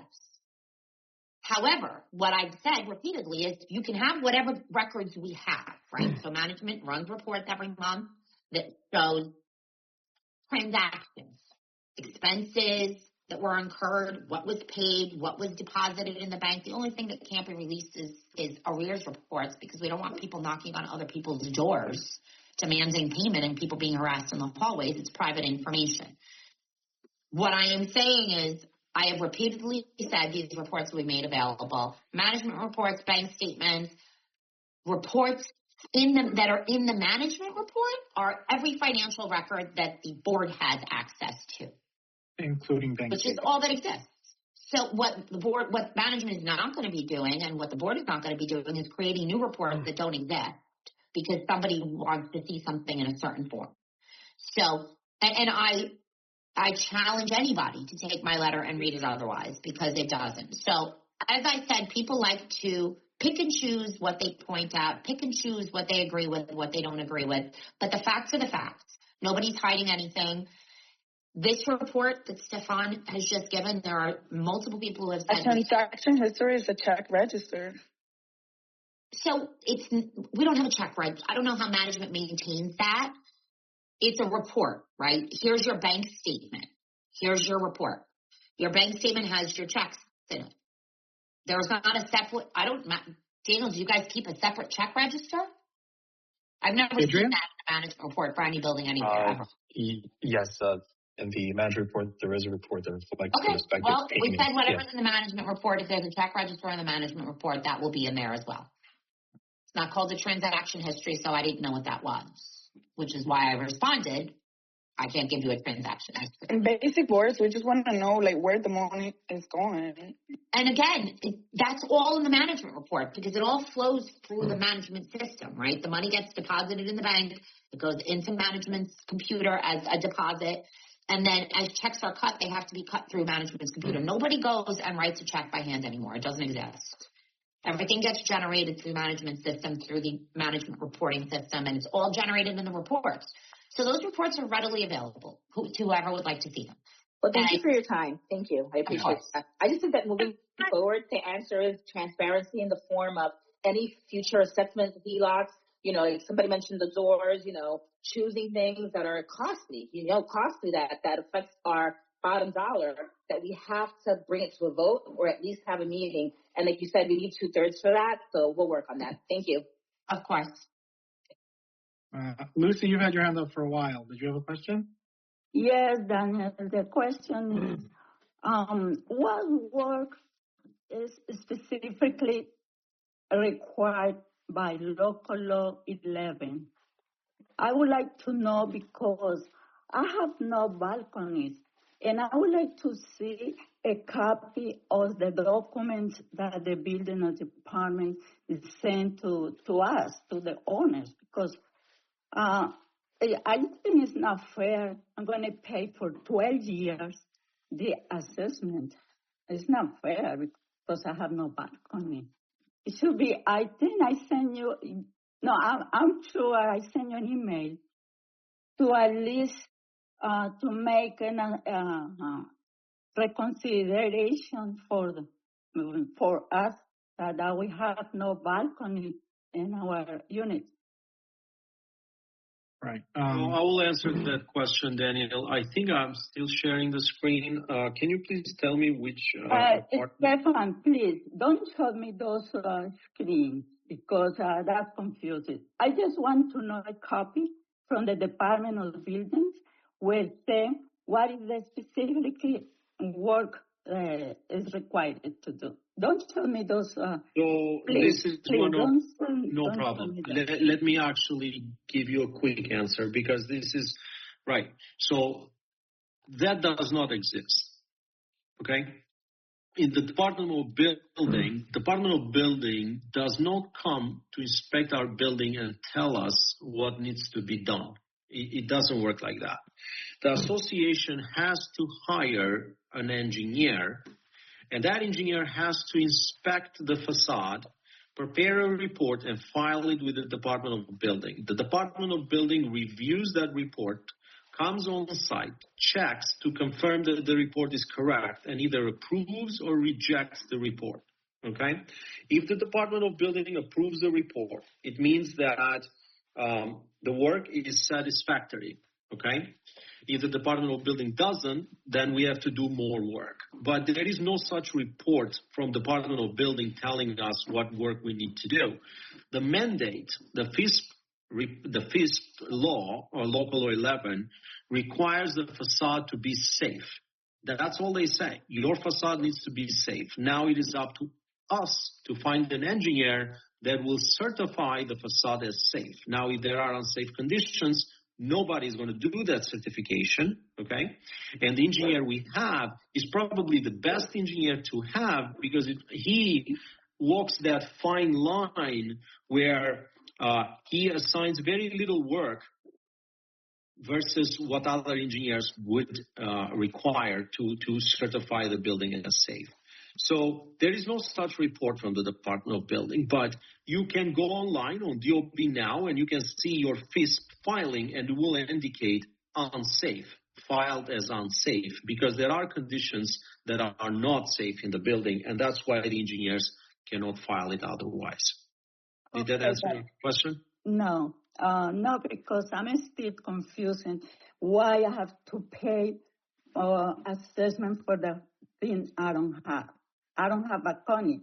I have a facade, like you said, what you said, but I don't have balconies. And what I understand is the balconies that was pitched, and I don't have balcony. Why? How can you gonna charge me or the HOA make a loan of $3 million, and I have to pay an assessment for 12 years for something I don't have? I cannot speak about the assessment or the regulations of the condo or the association. I can tell you that the balconies above do affect your apartment, because if the balconies above are pitched inwards, all of that water is coming in the facade, protruding inside the facade, and causing leaks, including your apartment. So it is a common, it's a common element. The facade are considered as a common element that everybody is responsible for. So it is shared between unit owners, and the balconies in this case are part of a common element component. That's why we can mandate certain things on the balconies. I understand that you are the engineer. But the HOA, that's the one who make the assessment.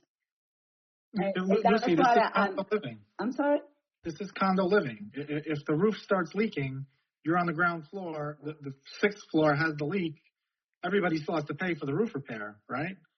It's kind of the same thing. You have to consider it. I have no balcony. I not refuse to pay, but at least make a consideration. And I was, Sophia said she understood, and I believe she's going to have in consideration that we have no balcony. We talked about, we tried everything. When I say we, there were only 3 board members who joined the meetings. But we asked if we could start the choral after, because I personally, and I think the other board members, I only speak for me, it makes me feel bad to charge the choral when the work hasn't started at the choral. The answer was we cannot. Can we charge the people that have balconies more, or just charge them and not charge the people who don't have it? The answer was we could not. At the end of the day, we have a Bible, and the Bible is our governing documents. And our governing documents say what your percentage ownership is, and we can't really go around that. Although we talked about charging everybody equally, we talked about, because I've heard, why do the 1 bedrooms pay so little and the 3 bedrooms so much? So, the participating board members talked about, doing shorter assessments, longer assessments, staggering. We really discussed everything. We heard what you had to say. We know that the people who are on the first and second floor don't feel like it's a facade project. They feel like it's a balcony project. But ultimately, the governing documents dictated what we could do. And it's not a balcony project, as I know people say. It's a facade project. The balconies are being fixed to the extent that they impact the facade. And the idea here is that if we do the balconies over and we do them correctly, that we will not have to file unsafe the next cycle. The cycles are currently every 5 years. I wish that Mayor Mamdani would make it 10. That would be nice. But the goal here is to make sure we don't have to do this all again in 5 years. Yeah, maybe we can make it 10 years. Email, and you say, when I told you you should be consideration, like you say, if people pay in 6 months 10% discount and 1 year 5%, you say, I understood. And I believe you say you want to put it in consideration. And now we did. We discussed it. We talked about it. We asked. We tried. At the end of the day, we have to take the guidance of the professionals around us. What I want in my head, absent the governing documents, doesn't look like this. But we're stuck doing it the way we do it. And I think Donna and Yasmin could also say that they had their own ideas about the way they thought it could be done. We all had our own ideas. But at the end of the day, I think that we were, stuck doing it this way. But the one thing that we achieved, if you can say that, being on a board with a capital improvement project that's required by the city is never a good position. But at least we made it as lengthy as possible. I know people are like, why does it have to be 12 years? So you can pay it in 6, but we don't want to force you to do that. We don't want to make it so you have to. We want it to ease the burden. And, I tried, Lucy. I thought about it. We talked about it. Donna and Yasmin can vouch for that for sure. Please do it again. Please try again and put it lower.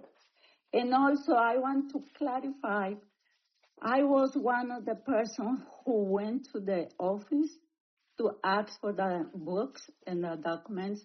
And when I was there with all the 2 homeowners, we're not allowed to see the books. We're not allowed to see the invoices. We're not allowed. Can you please be specific? Which books, which invoices?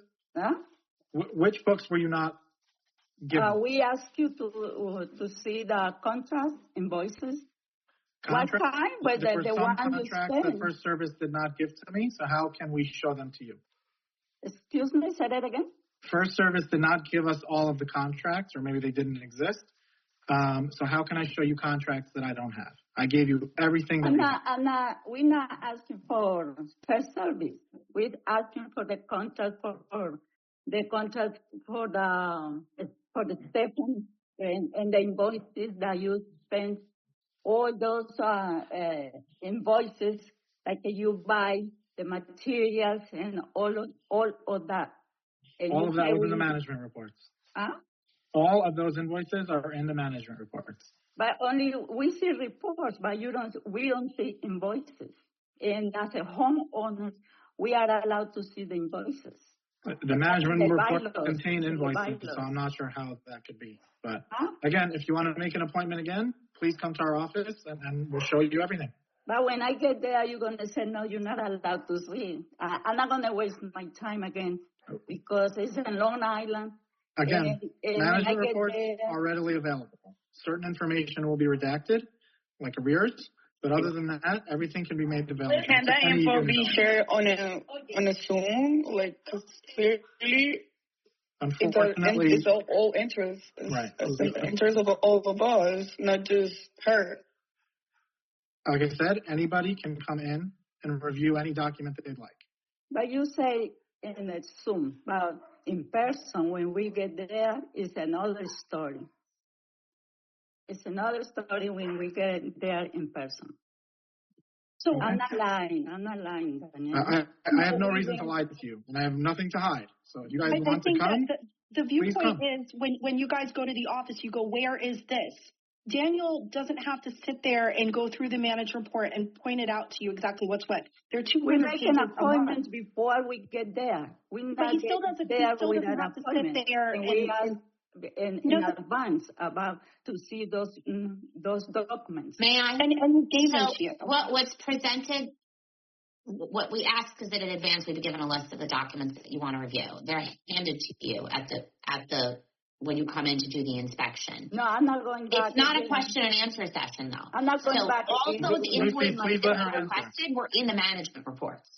No, I don't want to go back again to waste time. Okay. Again, Ms. Correa, the invoices that you requested were all in the management reports. You need to so like Lucy's being dismissed right now. I'm sorry? Lucy's being dismissive. You're being dismissive to Lucy right now. I'm explaining that the management reports contain the documents. If you can't hear the tone, because it really sounds like she's really trying to express, because there's definitely language issues, right? It sounds like she's really trying to express herself, and you guys are being really dismissive right now. I apologize that it's coming across that way. What I'm trying to explain, though, is that all of the stuff that everybody's looking for is in the management reports. If what they are looking for is for Daniel to sit down with them and flip to the page in the management report that has the particular document that they're looking for, and then compile all of those for them together and give it to them in a separate form other than the form that it currently exists. That's not going to happen. Why not? Because he cannot spend the time, hours and hours and hours, explaining what's in the report to you. What the obligation they have is to give you the documents. That's why we see it's not transparency. So who can give her that? Can anyone answer? Who can give her the thing that she's trying to ask for right now? Everything that she's asking for is in the management reports. Those reports have been made available by Daniel. What I'm asking is, who can walk her through what she's asking for right now? Would she need a lawyer? Like, who can actually sit? She can go sit with a CPA. She can sit with I don't think an attorney, unless they're a co-op and condo attorney, is going to know what they're looking at. Because the reason I'm asking is because it's clear that some people are a little green when it comes to like contractual things. And we've been asking for this. When we ask for transparency, what Lucy is saying is kind of part of the transparency that we're asking for, right? If I don't know where the spray, when they spray painted the lines in the parking lot, and I want to see that, and I don't know where it is, someone should be able to say, oh, it's on page blank in line blank, right? Now you could say, well, that's not Daniel's job. So what I'm asking is, for someone like Lucy and like others, who can actually sit with us in front of these documents legally and walk us through it? And you can go and see a CPA to go through it with them if you'd like to. You can. I don't know who knows how to read these documents. The problem, Mr. Chris, it's okay for me to call you Chris, is that when you say something like, I want to see every single invoice related to this capital project, those invoices are going to be in the management reports over months and months and months. They're not all in one report. Right. Because they come in and they go into the report as they're issued and paid. So what they essentially are asking for is for someone to take apart the management reports and put together the list for them. So Stefan did that in this report that he just presented to everybody that was really long. I agree. But it was full of very relevant information and a lot of details. If they want a transaction register, that's all contained in the general ledger, which we said we'll give. So the general ledger, what it just for information purposes, what it does is it takes the entire year and puts it in one 200-page report, let's call it. Okay? So what it doesn't do is say, here, attached are copies of all these invoices. You have to go back into the management reports and pull those out. So I hear what you're saying, but Emmanuel, I hear what you're saying. I guess what there has to be some level of, well, I'm not going to say there has to be, right? I guess I'm wondering where's the differentiation here, right? Mm-hmm. So look, I'm a special education teacher, so I'm always trying to make things easier and easily digestible, right? So what I'm asking is, for someone like Lucy, for someone even like myself, how do we get this differentiated? How do we better understand some of these very heavy documents? Because while Stefan was talking, 98% of the people have no idea what he was talking about. I got it. So what you're asking for is not transparency in books and records. You want someone to sit and explain to you what all Both. Okay. So I'm glad that we're explain with support documents. That's exactly what I get from this. I'm sorry, I just want to respond to Chris. So I appreciate that very easy explanation of what the real issue is, because it's not that they're not releasing the documents, it's that you guys are looking for somebody to sit down and explain to you on a basic level a very complicated set of books. No. I don't want my words to be twisted. Okay. To answer Chris's question, Adrian here. I'm willing to sit down with the respective unit owners to walk them through the reports for a basic understanding of what they are looking for and what they are looking at. Perfect.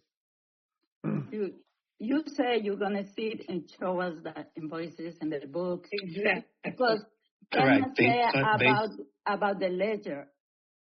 The ledger is showing only numbers, but the book that we want to see is specifically how the transactions in the bank doing.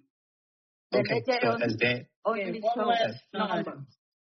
as Daniel mentioned, please make the appointment so we can gather all the documents. Then when the respective unit owner comes in, I will be there to walk you through on what you're looking for and what you are looking at. Martha's saying March 27th, Adrian. I don't know if you caught that in the chat. Can you guys follow up on email to make sure that happens? She wants 5 hours on the 27th. Okay. So again, remember that we can have an affidavit prepared, but we do need a list of what she wants so that we make sure it's all available. Because he can't run and go find stuff while they're there. She wants the HOA, I guess the HOA management reports with the arrears redacted. Okay, and paid bills. I've been communicating with Martha. Daniel, can you honor March 27th for 5 hours? We've been communicating already since a couple weeks ago. So. Okay, I didn't know that. Yeah. Thank you. All right, we have Johnny and Martha raising their hand. Johnny, please.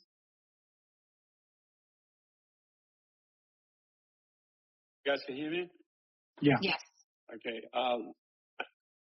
Just want to point out a couple of things that has been bothering me for a long time. First, the confidence in the leadership of this community is very low. I mean, coming from the stance of Sophia, who's very bright, and also has been part of many boards before in the field of condominiums, co-ops. She should know that when you design a contract, there are a lot of new things coming in and a lot of overheads. I don't know who inspected this contract and how the board decided to settle for this contract with a certain amount of money, and she knows that the price was going to go way higher than $1.2 million. So I deeply disturbed about the fact that you knew that the contract was going to surpass $1.2 million. Yet again, you went after it and you settled for it. I don't know why are you pinning this on me, Johnny? I had relevant professionals advise with decisions being made by the board as a whole all along the way with the guidance of professionals, and I don't see anything that we decided as faulty, inappropriate, unacceptable. I think it was all necessary, and it's good for the building in the long run. What did you consider first and foremost? The building, or did you consider affordability, and did you ever consider about increase the property value on top of that? All three. Okay. It's always considered all three, Donna. Okay. Donna, there is no increase of property value. Well, so what you guys don't understand, maybe because if you're first-time homeowners, is that property values are impacted by things like scaffolding projects, the appearance of a capital improvement project. There are times when property values will dip, and then when the project's done, the building's looking nice, it's looking like there's no issues, and then the values will go back up, but there are bumps. Also, condos tend to run dry, meaning if you buy in a co-op, hopefully your co-op usually has a lot of money in the bank. Condos have not that much money in the bank. So there are times when you have projects and your books look like they're in the red, and there's times when you have some money in the bank and they're not in the red. It goes up and down. I mean, but generally speaking, we're not going down. We're just not going up as quickly as you guys would like. And it's clear we have a ugly scaffolding around our buildings, and the coral's in a mess. It's not in a good condition. But all of these things were considered. Affordability, yes. We want it to be affordable. We wanted to make the next cycle of Local Law 11 cheaper or non-existent. That's big on affordability. Donna, and then also why are you not considering that we are raising the maintenance costs all along? This is going to make our property unsellable, because anybody who would be interested about buying our property when they're going to consider the price of the 3 bedrooms are paying for maintenance, that's really ridiculous. What you guys charge for an HOA without amenities. Well, we considered adding amenities, but we've had problems with that. But Johnny, you can't consider what you paid 20 years ago versus what you pay today. The question needs to be posed to your neighbors who are also in condominiums. Not, oh my gosh, I'm paying so much more than I used to. It's, hey Bob, you live in 145. What do you pay in your condominium? That's the question. And did I ask myself and neighbors that? Did I look at listings to see how much other condominiums are charging? Yes, I did. We're still, even with the assessment, we're still on par. In fact, we could have just forgotten an assessment, increased the budget to be exactly the same amount, and we'd still be on par with local condominiums. But I think we did, because once again, it's about marketability. It feels much better to a buyer when there's assessment separate and apart from the HOA fee, because it sounds like something that's going to stop at some point. Yeah. And then somebody's asking in the chat about whether the HOA charge is going to go up. So the HOA charge is not arbitrary. Adrian, we haven't done the budget yet, but Adrian will do the budget. We'll sit down, we'll inspect it, we'll comb through it with a fine-tooth comb. We'll see that, we'll ask him, why did this go up? Why did this go down? How did you measure this? And then the HOA fee is cued exactly to the budget. It's not arbitrary. We don't just say, oh, we'll do 2% this year. We'll do 5% next year. We'll do 25%. We have to see that our costs are covered. Sophia, the only thing I can tell you from the bottom of my heart, ever since you came on board, with all good intentions you had, and I think you were an excellent neighbor, and you've done the utmost to make sure that everybody stays safe in the building. And I was there for you when we had problems with Kenny and everything else. And Daniel helped out. Don't say names, please. Please don't say names. Please don't say names. I think the problem is ever since you came on board, things are getting more expensive for us. Is it since I've been on board, or everything is going up and up? Come on, Daniel. It's never stopping. I feel like we're pushing everybody out. Have you noticed inflation? Have you noticed the world around you, the groceries around you, everything, the electricity? Have you noticed that it's all I'm glad that you can see it. I have on my back 3 more people to support. Okay. Me too. So, I have a child. So I got Johnny, two daughters wait. in Can I just college. stop you for a second, Johnny? Can I stop you for a second? Sure. I am just one of 5 board members. It's not the same board members that I started with, but I'm just one. And you are the board. No, I'm not. No. And you need to stop saying this, because I'm only one vote. Facts. And I have wanted things that the board has said no to. I have wanted things that I have been outvoted on. And that's okay, because I'm just one of 5 voices. That's it. I happen to have a little bit of expertise in this. But you should. It doesn't mean that I'm more than anyone else. Hole. Well, you know what? I took another condo from the electricity going off when I purchased to replacing the roof and replacing the courtyard and doing the facade work. So I do have a bit of experience in buildings that are broke. I don't even see this building as broke. You guys see it as so much You don't worse see it? 20 years in this building, 3 buildings together, they only have $200,000 saved. For the 20 years, it breaks down $10,000 saving for 3 buildings. $3,000 for each building on HOA for the past 20 years. That's ridiculous. In light of the fact that the HOA hasn't gone up for 20 years, I'm not surprised. But I don't see this building as badly as you guys see it. I just think you could have had more money in the bank, and then the HOA fees would have been higher. Sophia, you took Yasmin under your wing because you needed her vote. Nobody under my wing. I'm just one of 5 people. Yes, you did. And Johnny. You became a trio. And this is costing us money because the board cannot function 3 against 2. We really have to stop with these incorrect generalizations. Yeah, but this thing is costing us money, Donna. Johnny, you're at all of our meetings. You're at all of our meetings. Yes, you're the president of the you board of guys managers use COVID restrictions to set up a contract of doors and floors because the community could not get. How can I have faith in you being part of the board? What are you talking about, Tony? Everyone wanted new doors. We have emails. Who said everybody needed a new door? Our doors were ADA approved. Our doors were not at all. That's not true. Nobody said anything about doors, and it wasn't part of the old discussion either. They just sprung that on us. Why we need a vote. Yeah. That's not true. The doors. No. Let me point out the doors and those ridiculous lobby floors that nobody asked for. Right. The ones we have are worse. Absolutely not. Let's put a white lobby floor. Can I just instead say of something that matched the decor. Pure waste of money. Yes. Can I just say something super quick? I'm not a fan of the lobby floors either, but the door thing, it's a little unfair to give a blanket that nobody wanted new doors. I'm in the Nautilus and our doors were unsafe. I come in with my kids, the door might lock, it might not. So I don't agree with everything of the board, but I think it's unfair to make blanket statements about what everybody wants and wanted. I agree. Yeah, I think I'm sure nobody wanted those ridiculous floors. Nobody we are those kind of people that we would settle for used car if the funds are not there. Johnny, can we move on to the assessment? We don't come from money. We are trying to make We that don't want money. to talk about backwards things. Yes, this is not backwards thing. Is that this loan is going to burden us for the next 12 years. Yes. And you are part of it, Yasmin. Yes, but I didn't take out the HELOC. I wasn't there for it, so I don't know what you're saying.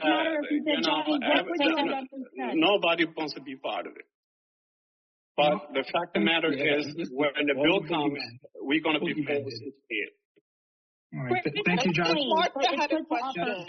Guys, Martha has been patiently waiting. Yes, basically, this is the thing that I want to say, that I don't want to be part of this loan because I believe that I asked you many times to you, I don't know, send emails to you asking, so Daniel, who is going to pay for it? Why you are borrowing this kind of money, because this is too much.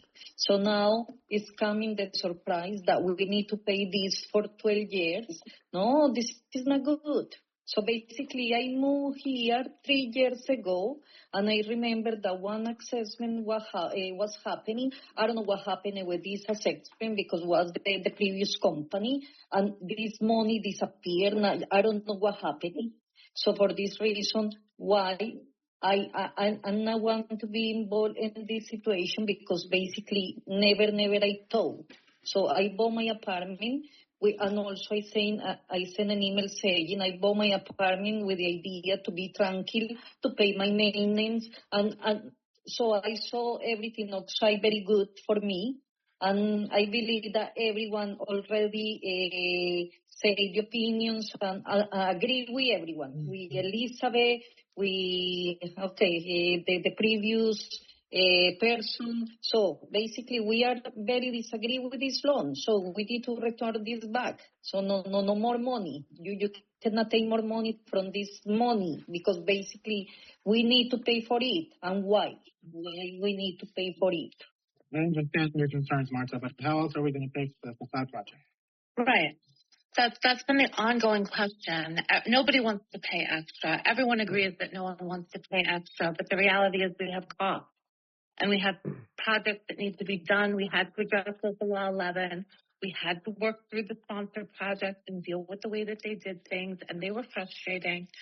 And then when we saw what was going on with the sponsor project and realized what was happening, that some of the balconies that were included in the sponsor project were needing to be redone, we realized that all of them needed to be redone, not just the ones that the sponsor agreed to. And so we have a commitment and a responsibility to the people who live here to provide them with a safe building that makes sense, not to keep having to redo it over and over again because we just left it alone because we didn't want to put the money up front. But Donna, remember when we spoke about this in our board meeting, you guys said this, and I quote, "This is not affordable housing." We kept trying to hold on one second. We kept trying to tell you that people could not afford this. Me, Hamed, Mike, we always like, hey, people. We keep talking to people. Patrick, we're talking to homeowners every day. They can't afford it. They may have to move. And we were told, hey, this is not affordable housing, right? Look, I was even told, hey, well then people are just gonna have to sell. And I was like, wow. And that hurts my heart, but we are not deemed affordable housing. Affordable housing gets money from other people. We only get money from ourselves. We're an but I'm not saying we know this is not affordable housing, Donna. But what I'm saying is it's about but just saying it shows a lack of like caring, like this is not affordable housing. It's like not. It's just at least, but at least, it's just being honest. But at least have like a heart for people that can't afford it. At least, at bare minimum. Listen, I deal with the people in arrears. And when people come to us and work out payment plans, we extend somewhat ridiculous payment plans for people to try and help them make things affordable. We are not trying to get anyone smooth. That was the reason why we did the assessment over such a long time. The reality is we are all going to have to pay back additional interest by doing this assessment over such a long time.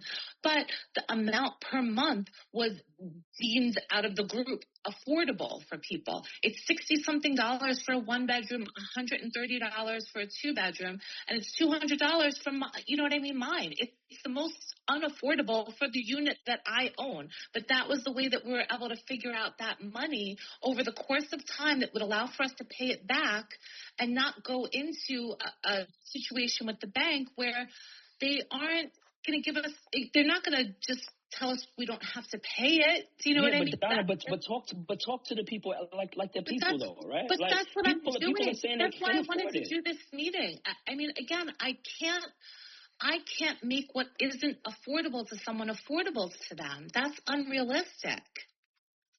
I don't know. I don't know what else to say on that. I wanted to talk to people. We have been having conversations, and someone else mentioned earlier that they wanted to have in-person meetings. But unfortunately, when we have in-person meetings, it evolves with people screaming at us, and nobody ever gets to hear what's trying to be said. And it's frustrating. So how are we supposed to do that? That's why we went to making sure that we did memos for everyone, and people feel like it's impersonal, but the reality is it's documented. It's referable. It's so that everyone gets the same information. When we used to have our homeowner meetings, I had a homeowner meeting in our building here. We talked about the fact that we need to do an assessment, and we might need to do an increase as well. We talked about those things to the people that came to our meeting. But I can't talk to our 255 homeowners. Excuse me, I'm sorry. I apologize, but I can't find my raise your hand feature, and I just wanted to jump in really quickly. Please. Two things. The management report, why is this not available to everyone? Why do we have to ask for it? And along that line, when these board meetings and again, forgive me, there are HOA board members and board of managers that are local to each building. Why is the information that happens at these meetings not dispensed to all owners? I'm not sure who should be doing it, but just as easily as we're able to get everyone's email and send a memo, the minutes for these meetings can be sent to all owners. The management report should be sent to everyone.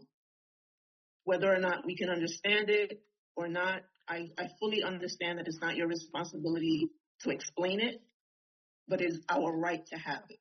Liz, can I explain? Yeah. So this is something that's kind of changed with the internet, I guess. Board minutes have always been kind of kept quiet because it impacts marketability if they get out. So, historically, you could only see them at the management company, or you had to sign something to have them emailed to you. So why aren't we sending out management reports and board minutes? Because somebody inevitably will set up, and they already have, the Ocean Breeze full financial disclosure website. And then everybody who wants to purchase here will find it via Google. They'll know about all the issues we have and don't have, how much we pay for everything. And then our marketability for our units will tank. In fact, you know, that might have already happened because of websites that are out there right now. So you have to there's a delicate balance between giving information and giving out the information so that it's published widely and tanks your property values. So you're allowed to see whatever you're allowed to see, but you're not allowed to go running with it and posting it. And if you're smart and you care about the impact of your unit, then you won't do that. But we've got 255 unit owners that we've got to trust that won't disseminate the information widely. We've got Facebook now. We've got, a number of ways that the information could go public, and then people will look at it badly, without an explanation. So I fully understand that, and I completely get where you're coming from. Let me just finish. Also, and this is my fault because I actually, and Donna will tell you that I'm the problem because I wanted transparency. I said the building boards should attend all of our meetings so that they can tell the unit owners exactly what the board is doing. But that's not what's happened because, we've got in the chat here, we've got all the building board members asking questions that they very well know or they choose not to understand to provoke problems, when it was always our intention that the building boards would hold meetings with the unit owners from their building and say, hey, just so you know, we had a meeting, they're talking about the assessment, let them know. It was never a secret. They were supposed to be kind of like giving you guys the info. Like the draw period's almost to an end. The quarrel hasn't started because they don't want to move the scaffolding and start paying for it early. These kind of things were okay to tell people, but they never did. Instead, the building boards join in on the chat and ask questions that they very well know or should know and make you guys have less faith in us because why don't they know? They attend meetings for 3 years and don't know what's going on. They know. So that was supposed to be a source of info for you, and I'm sorry it didn't work out that way. I get it. And so I'll pivot and just ask this. If you see that this is the pattern, right? Because I think that the responsibility is to all owners, right? And I know you agree with that. And so if you notice that this is the pattern, then it makes sense that you would intercede and dispense the information to the owners as you see fit, right? So we have, yeah. If the responsibility was for inviting the board of managers in so that they can dispense it to all owners.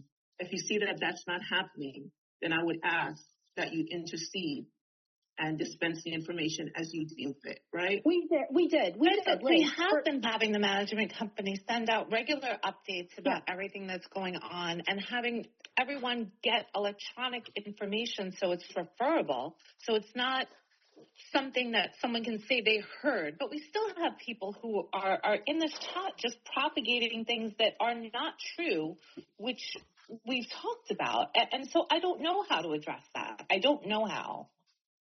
We've been trying. We tried to meet with the board quarrel for a month, and they refused to meet with us. They refused. No, don't do that. What your role was. No. Don't do that. Don't do that, y'all. Don't do that. You're not doing that. It's true. Guys, please, one at a time. Say why we didn't want to meet with y'all. Say you it. wanted us to present everything in writing when we just wanted to meet with you to tell you what that's not why. That's not why. The reason we didn't want to meet with you. You didn't like the way Sophia spoke. You didn't like the way you were. No. The reason why we didn't want to meet with you is because every time we asked for something or we made a suggestion, you guys didn't consider it at all. We got shut down. Every syllable that we uttered, it got shut down. So we said, why are we coming to a meeting if we're going to be muted? Like we in a Zoom call, but we in person. We wanted to meet in person. Why should we? Because you didn't understand when you came in your role. Listen, so y'all could don't throw this on us. Don't throw this on us. No. It's not. Okay. Sophia. It's not on one person. No, Donna. It's not on one person. But we're trying to explain. People want to know why they don't know things. We tried to meet with everyone. We have a chat at Coral. The whole board. At the Coral? So are you telling me on the board tried to meet with us multiple times and we wouldn't? Is that being said in the chat? Like, is it full honesty or is it just a story that wants to be told? No. It's crazy. You guys are spinning a narrative, and it's fine. Like, I'm hoping people can can sense the vibrations in you and understand that you guys are just blatantly lying right now. That's Blatantly I'm lying. sorry, Chris. I'm not lying. I'm sorry. I'm not lying. I'm willing to show the emails. Yeah, so Chris, I'm sorry. If I can just finish. And I cannot speak to the past, what has happened, what hasn't happened. I'm just asking that going forward, as a new owner here, it is extremely disturbing to me that there's this back and forth, tick for tack, whatever the situation is not productive, and it needs to stop. As far as I'm concerned, what you guys choose to do behind closed doors is fine, but as owners, I think that there should be an equality of information being dispensed. I have gotten memos. Respectfully, I have gotten updated memos. I've seen when funds have been taken out of the HELOC. I've seen all of it, and I appreciate it. What building are you in? I'm in the Reef. Oh yeah, see, at the Coral, we have a chat going on at the Coral, so we have our own private chat. But I think so that there should be uniformity, right? This So private the Reef chat not having meetings? Is that what you're saying? The Reef BOM not having meetings? Yes, Yasmin, that's not what I said. Not like, you. Guys stop it. No, I don't know what you guys. See, the problem is you're being defensive for no reason. All I asked her what building she was from, and then I just said, hey, well, we have meetings at the. I didn't say. I don't know what you guys are having. Like, you don't have to scream. I don't know what kind of meetings you guys have. Why don't we let Daisy finish her thought? Daisy never finished her thought. Can I say something? Just one thing. I'm Hameda Denny. I'm board of managers. I know we disseminate information all the time from to the Coral. If anybody in the Coral feels that is not happening from us, please just speak out. It's so what Sophia, Donna, or Yasmin says really doesn't matter, because they'll say we don't disseminate information because we didn't meet with them for whatever reason. I don't think that matters. It's up to the people at the Coral. Do you feel like we're disseminating information enough to you guys? May I ask a question? Yes, you are. You are disseminating. I sat in on the meetings, and I got all the information on it.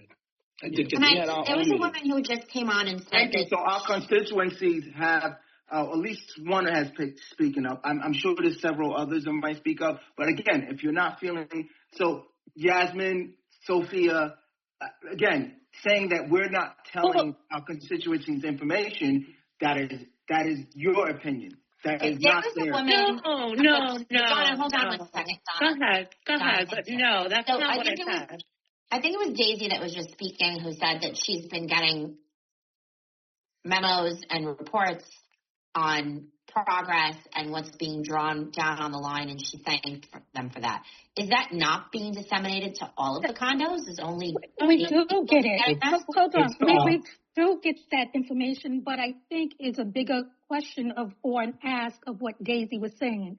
There needs to be more information that is communicated to homeowners, like in the form of board minutes, right? We hear Sophia's response about that it could drive down the value. And what Daisy was trying to communicate, and correct me if I'm wrong, Daisy, is that there is a lot of dissension, and you're saying that there's misinformation floating out there. And one of the ways that this can be addressed is by having greater transparency, be it board meeting minutes that we should be receiving. It should be that we should have access to financial records. We're in an age of technology, right? Why is it that we have to, let me just finish, hold on. Why is it that we have to come down into an office to manually look at documentation? There is other capabilities that can be leveraged and utilized to share information across all homeowners so that there is a lack of clarity, transparency, and we can have productive and meaningful conversations to make Ocean Breeze a place where we all value and want to live. And I think that is partly missing from the conversation of what's going on. That was very well said. May I ask, how do you avoid situations where you have 1 or 2 or 3 or 5 homeowners who intentionally misstate to others what's represented in those documents? Because I have seen over the last year and a half at least 10 to 15 different letters, posts, now public posts, claiming that the HOA taking this loan was a violation of the bylaws, which is wrong. It is not a violation. I think if we kind of look at the HELOC law, right, there's conversations that said that it was discussed prior to the HELOC being taken out. A lot of people on this call is saying, we don't remember. I understand that, but that wasn't my question. No, I'm going to get to what's happening right now is that what's being made public to the world is that this board illegally took a loan, which is patently false. But no, I'm going to get to that. No, right. Wait, you hear what I'm saying, right? But what I'm saying is, had the discussion and there was clarity early on about, okay, this is our financial picture, guys, right? To all the homeowners. This is what we're proposing. This would stave off a lot of miscommunication about whether or not it was legal, illegal. Everyone would have an opportunity to weigh in and give their feedback. But what we're having now is a lot of, whether or not it's misinformation, there's a lot of people feeling personally attacked. But if there was a more greater transparency, right, this could be avoided or minimized. What people are developing or creating as a sidebar, it probably wouldn't have got to this extent if people were feeling heard and information was feeling shared across all homeowners. I understand. And that's the point that I was going to make as well. Thank you, Tamika, for clearing up exactly what I was saying. That a lot of information is being given to some and not all, but if everyone had it, then we can make up our minds. No one would be able to come to you to say this was this or this was that. We would be able to see it for ourselves. Now, I will say this, that I am fully aware that even when you do dispense information, not everyone is going to read it, right? That's number one. We fully understand that. Number two, you may dispense it and not everyone will understand it, right? We get that as well. But I think that if we create a community where we can collaborate, right? If you give everyone the information and someone may not be able to understand it, somebody may have some expertise in accounting, someone may be good with coordinating or whatever, and we can explain it to each other, right? So I think what's lacking here is that community. There's a lot of anger. There's a lot of people that are very upset. And unfortunately, to some of them, they don't want to hear anything at all, right? I am here to try to move forward from this point on, to create a community that I want to live in. To your point, Sophia, to build equity where I have invested. It makes no sense to me to tear down where I live. None. It has no financial value to me at all. So forgive me if I step on some people's toes when I say that my goal is to work with all of you to build a better community. And however I can help to do that, willing to do it. But I think that there needs to be, going forward, a way that we can give everyone the same information. And I get, you're going to have some that may take it public, whatever. Those things you can't control. But as was mentioned, we live in an age of technology. There's password protected documents. There are ways to track what goes where, right? Do you understand that's fatality though? Like some people might disseminate it on the web, and that still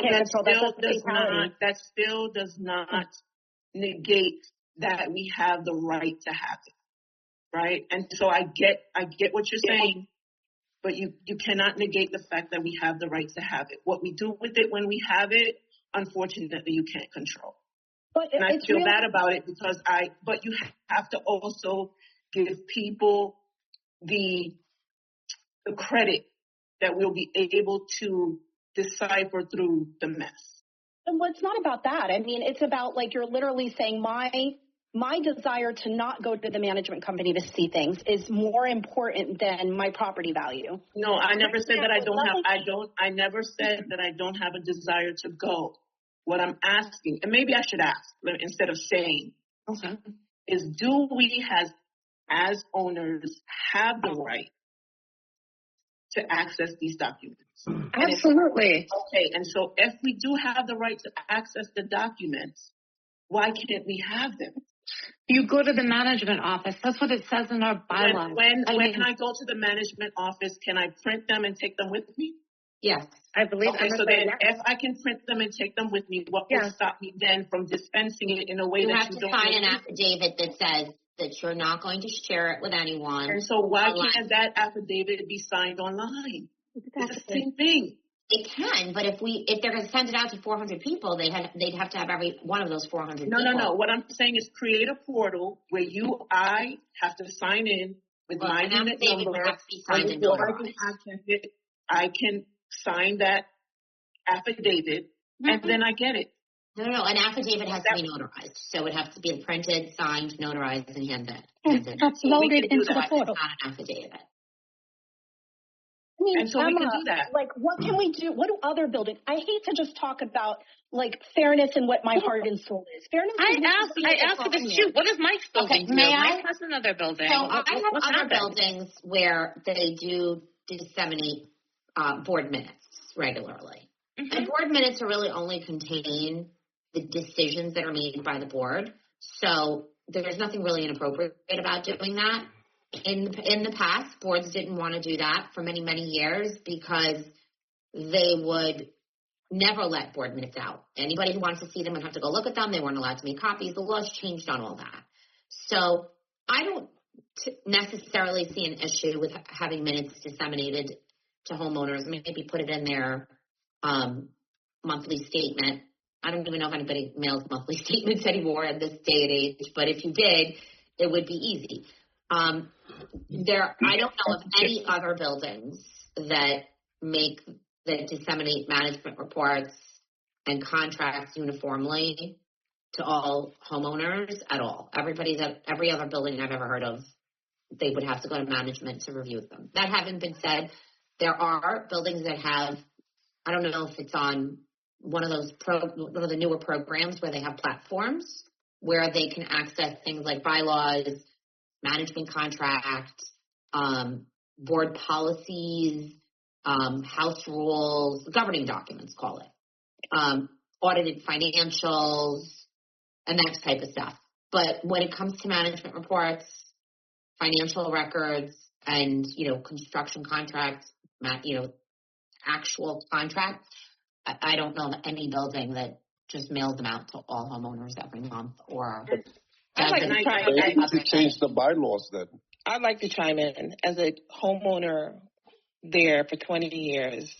Originally, Beechwood would send out that information in like a pamphlet to each homeowner. So we used to get the information and then somewhere along the line it stopped. And I understand we're in a different, and that was 20 years ago. So we're in a different time, day, and age. Things are done differently. This whole situation went through different hands and actually went through really terrible seasons with other realtors managing the business. But regardless, here we are, right, as homeowners, and I agree with whomever spoke like however long ago. At this point, we should have the technology, basically, as a homeowner to go into a system, to be logged in, and see whatever information that we're looking for. It should be uploaded into the system or a portal where we can have access. And also, yes, it be protected. So if someone chooses to send something out, you can see who's sending what out as a management company, right? You can see who's looking at what. And it really is our responsibility to be able to understand what is presented to us, and if we live as a community and we used to share that information because when, the building first opened up, it was all young people, civil servants, and it was created for an affordable community. That's what it was set up originally for. And as time progressed, things will change, of course, but information was disseminated. It just so happened that Beechwood, was a terrible construction company and did a shoddy job with the building. So we have the problems that we have now. But fighting this way is not going to help, right? And I understand everyone has different concerns, but in terms of my primary concern is really getting the information and understanding the financials behind it. That's what's important, right? And if you have a stake in this, it's in your best interest not to just give out information to every, Tom, Dick, and Harry, but to privatize what is yours. So if you choose to sell it, it's going to have value. We're in a terrible market, so you can't blame board members for that. It is what it is. Everything is expensive, but we also have to learn how to cut costs and not just place it on the owners because we're homeowners. That's not fair either. That was not the original creation for Auburn by the Sea. It was supposed to be an affordable community for young people. And, of course, that will change, but it was supposed to be affordable for families, young families moving in to be able to have home ownership. That was the purpose of it. It was affordable first-time home ownership. We were given a grant to make the moving here and buying a home more affordable. But it wasn't ever built in like HPD followed us and continued to give us money along the way to keep the buildings affordable. In fact, we found, later on the board that when Benjamin Beachwood made that first kind of budget, it was totally unrealistic and needed to be increased pretty quickly. And then previous boards, it worked for the time. So it worked for that time. We're 20 years out since that time, right? And we're still held by those standards, and it doesn't work anymore. Right? So that has to be understood, too. So I totally get what you're saying, and I totally understand it. So, and honestly, the HOA that we pay is a lot cheaper than a lot of other condos in the area. Yes.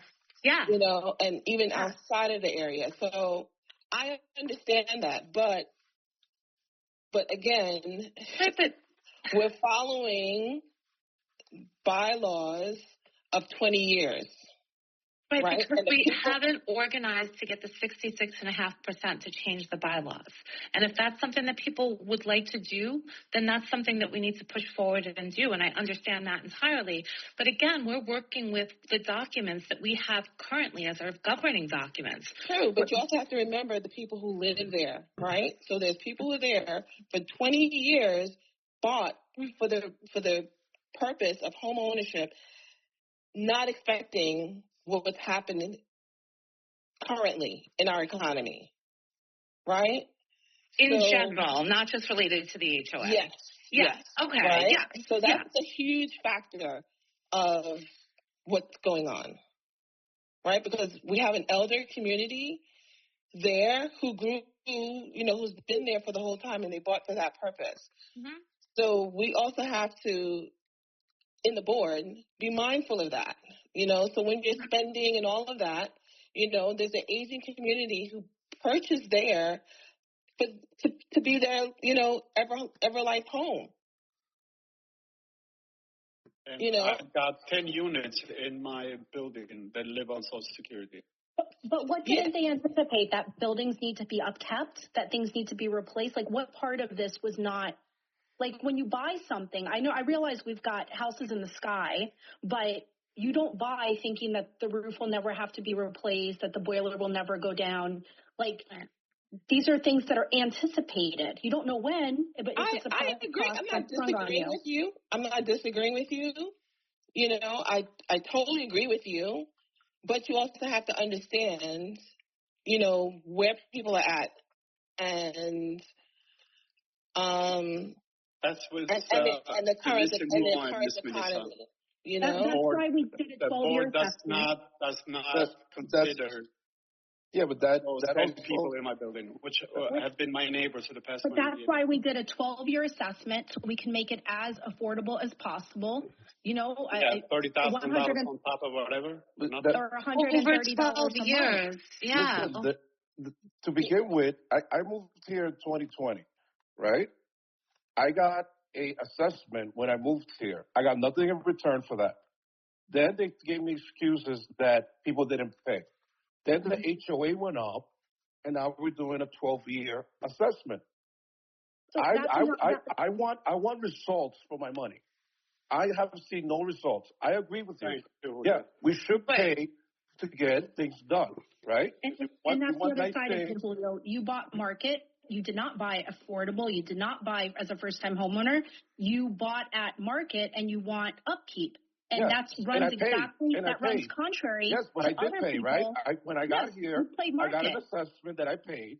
Yeah. Then I got an HOA increase. And you regularly complain. Hold on. Can I finish? Then I got a 12-year assessment that I'm getting here. You're saying, oh, but we got to pay for things if we want nice things. I've paid for nice things and I don't see no result from it. Well, we're just paying to comply with the law. But I just got here in 2020. Why do I got to pay for all this money when I see no return? The Cora house is falling apart from the outside and the inside.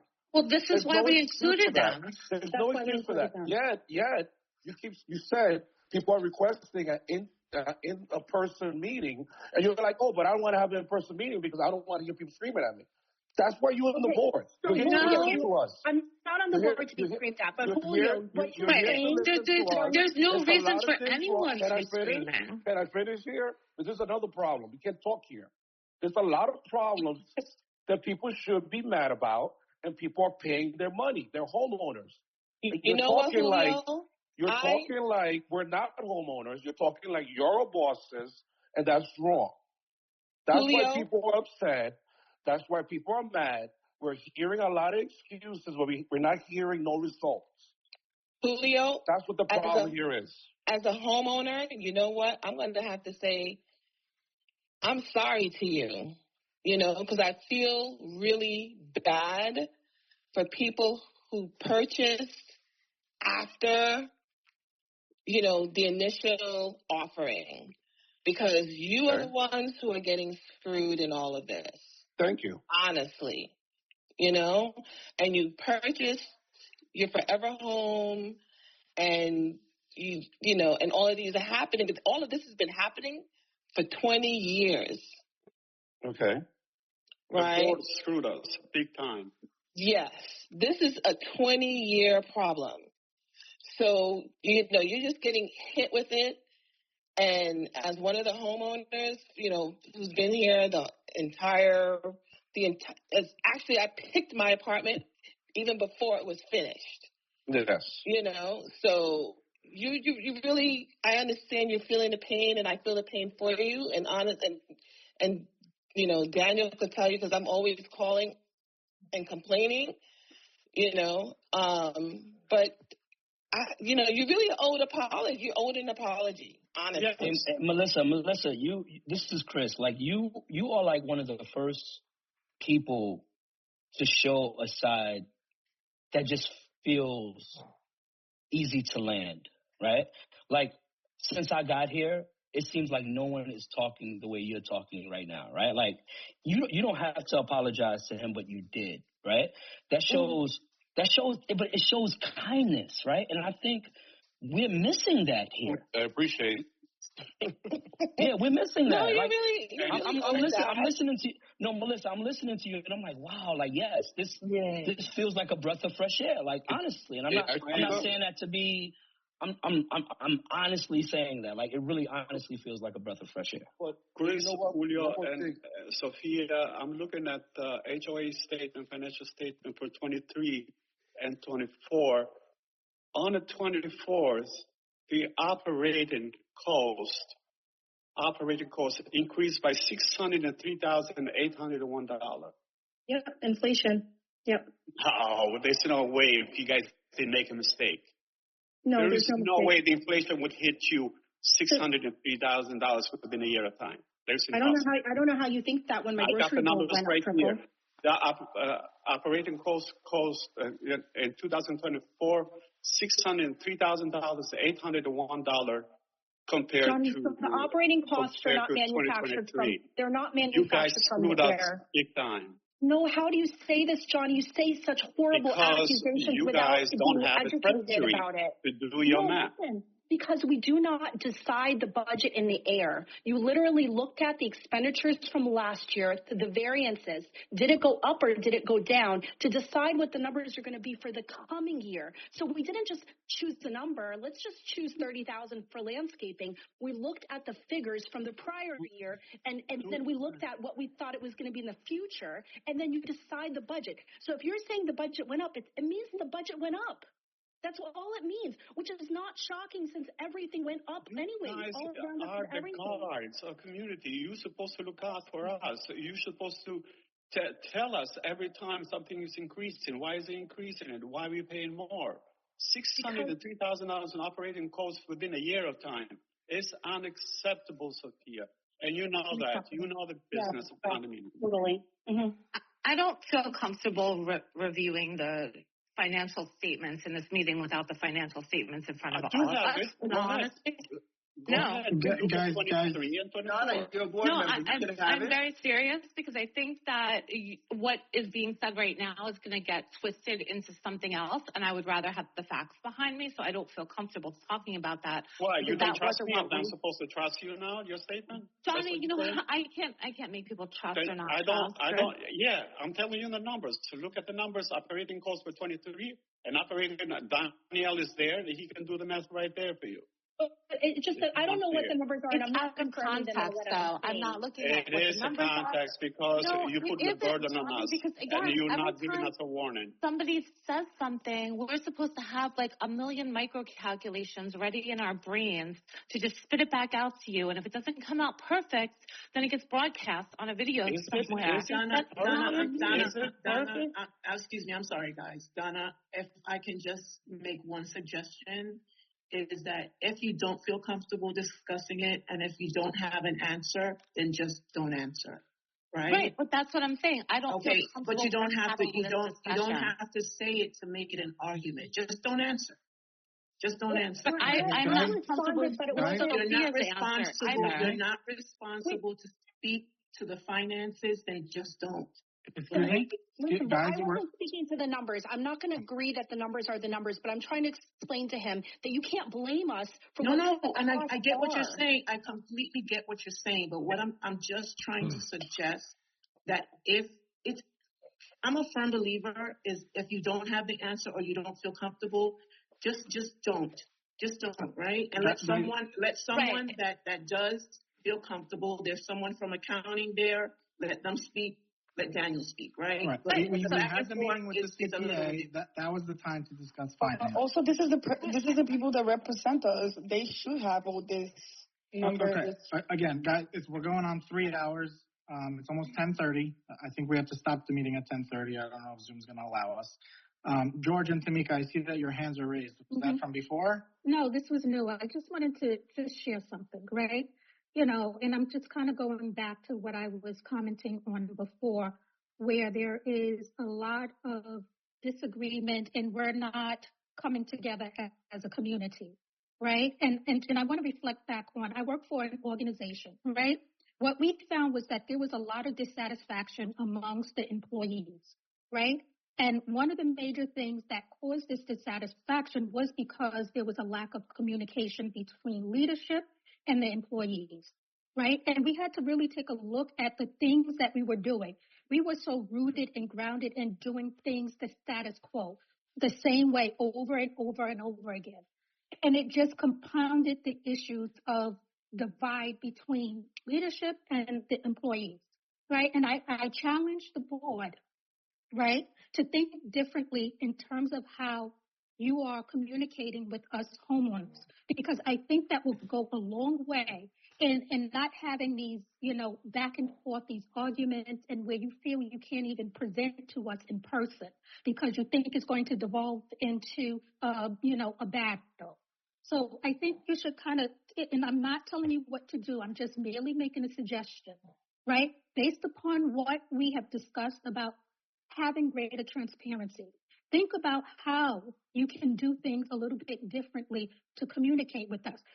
to where the point that Johnny made the statement, and you don't have to answer this, right? Where he said that there was an increase in the budget of $600,000, right? We understand that you have a fiscal responsibility to manage the budget. Yes, she has. But when you are preparing the budget, right, that's something that you should meet with the homeowners to say, this is the budget from last year. This is the budget from this year. This is the variance, so that people are not surprised when they receive information in the mail about, the variance and a stark increase in, what we're paying out. The other element is when we had the CPA, right, it was kind of a little bit disjointed in terms of how the information was being relayed to us.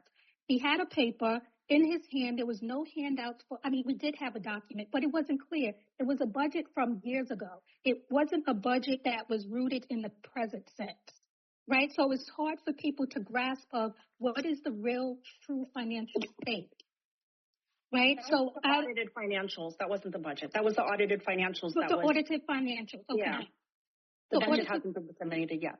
Right. But what I'm saying is when that CPA was here, it was very challenging to understand the financial state of the community, right? But the thing that, can I just say something here? Because again, we do have this meeting annually. And Johnny, if I understand right, you had a private meeting with the CPA. So did you ask him these questions? It shouldn't be just Johnny. It shouldn't just be Johnny. No, but the audited financials come out every year. We have a meeting every year. But this is what I'm saying. That it shouldn't be an annual basis that we're meeting with you. Because everything's accumulating. That's right. what you guys saying. This is going up. This is going up. This is going up. But you're not giving us a room to breathe. So we meet with the We've also had countless meetings, guys. We haven't had. No. You guys have to understand that there's management of the building, which includes meeting with us.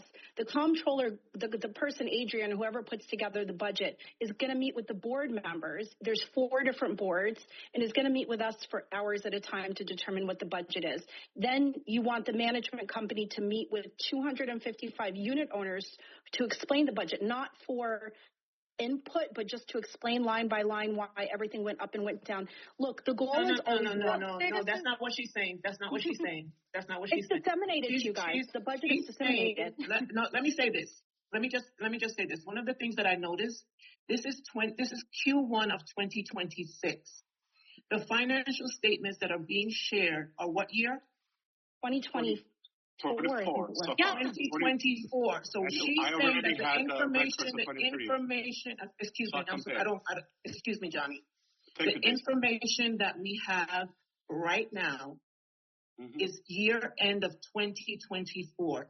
That is not our current state of finances, right? And so just ask us why.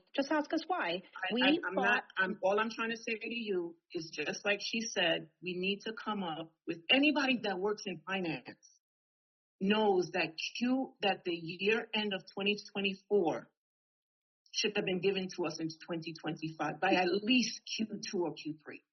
So ask us why, okay? I will ask you why in 1 second, but I don't think I need to know why. I'm just asking that things be done a little differently going forward. One of the things that happens, hold on, Sophia. One of the things that happens is when things are kind of in the dark, people can make speculations. They get afraid. What's happening? We're being cheated.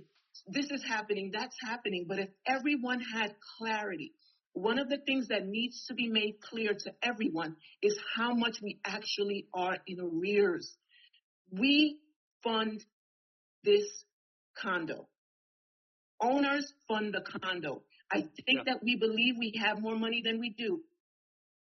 And one of the things that needs to happen is that we need to know exactly how much money we're bringing in, how many people are paying their HOA, and how many people are not. I think that's important. Because for some reason, there's this number that keeps popping up about these millions of dollars that we have, and I don't think that we really have that amount of money coming in. People need to know that. And so then the information that they have, if accurate, will change mindsets. Ms. People Casey, believe I have that there's the some numbers. swindling going on. People Can I believe just that people explain are something creating numbers. I am sorry. There's accusations being flung, and I just want to explain what happened, because the question is, what did you guys do to get the most recent numbers, right? So I want to explain, we're not just sitting back happy with 2024. We fought all of 2025 with our accountant to get the audited financials. I personally, at point said, just CC me on the emails. The board had multiple meetings with the accountant. This is an accountant that you guys are paying for. You're fighting to get the financials. We change them. Oh my God, Change listen for them. a second. Just listen for 1 second. They have been our accountant since the beginning, at least 10 years. So that's why they were our accountant. More, I don't know. I only know what I remember them saying. So they were the accountant for our building, outsourced, not at All Area, an outsourced accountant. All Area's working with them because they've always worked with us. We fought with them for a year. I don't know what happened. This year, they just went renegade. It was between their office moving and I think the accountant who was in charge just being not responsive. Lies abound. She would say, I would say, where are we with the audited financials? The people are waiting. She would say, well, I'm waiting for Daniel to send me something. I'd loop Daniel in. Daniel, is this true? He'd say, no way. We sent it to her. So we have to Sophia, can I fire just them. add to this for a second? I was actually personally involved in this because the board was so aggravated that as of early June, I started emailing the accountant saying, where are the audited financials? We have an annual meeting coming up. We need to have these in time. And I mean, I literally, while everybody was talking, went back in my emails to see when I sent that first email, and it was June 5th. And these emails continued through October. I will tell you that in the financial world, you would expect to have your audit back Q1 or Q2. In the co-op and condo world, most boards don't get audited financials until well after tax season is over because the CPAs are busy doing taxes. So they don't typically start compiling these until after April 15th.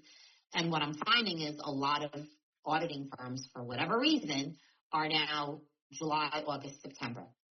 I fight with every single one of them. I don't want to go into I don't want to have to delay an annual meeting till October and then present to shareholders or unit owners or homeowners financials that are now 9 months old, because it creates exactly the problem that you just expressed. And I fully agree with you. It's a huge problem. And I've expressed this to the board myself after watching it firsthand go on for 4 months. Ms. Emma, might I interrupt you for a second? Absolutely. I got 3 things to mention.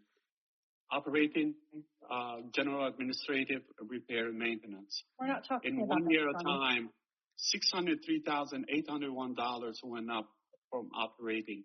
General administration, $170,437.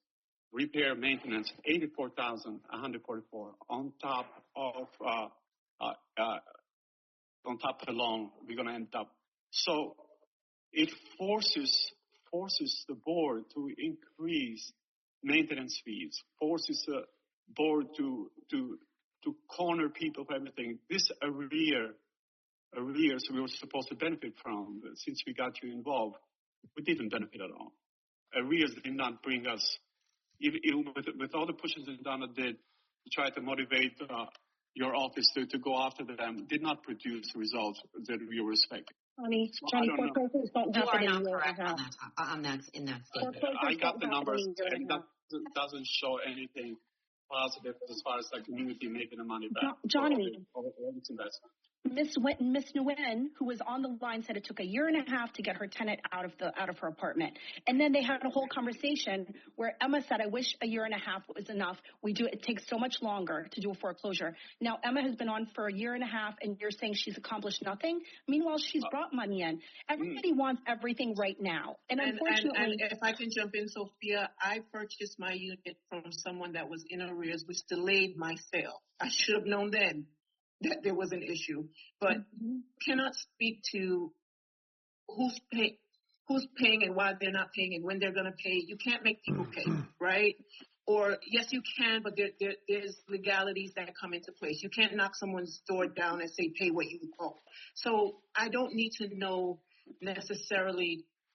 I believe that it's in everyone's best interest to get these monies back. I just need to know how much of it we don't have right now, so that I can get a clear understanding of how much money we have and what we have to pay for. We just discussed that these are going to cost millions of dollars, and we have how much in our reserve? So without the HELOC, how would we pay for it? And I get it. No one wants to pay extra money every month. But again, this is an investment that we have, and how do we pay for it? No one has ever answered that to me.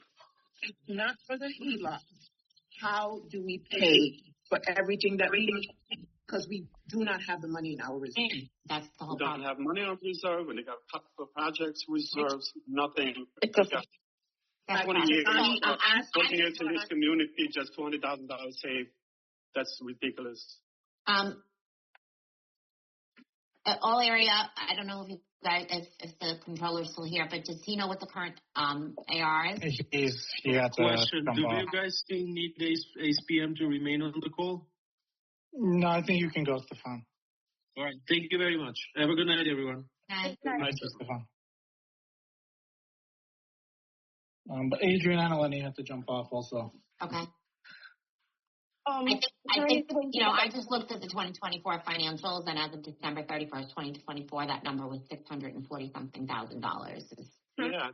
Unpaid common charge and unpaid HOA dues. Yeah. That's a year and 2 months old now, so I think management should be able to pull that number up. I know there are other people who have fallen behind, and there are people who have paid and sold. Yeah. And one unit owner just came in and said, I bought from one of those people, and I'm sorry that your closing was delayed. I was probably trying to squeeze them for more money. They were probably trying to shortchange us. Yeah. Okay, my virtual hand has been up. I'd like to ask my question. All right, George, please go ahead. All right.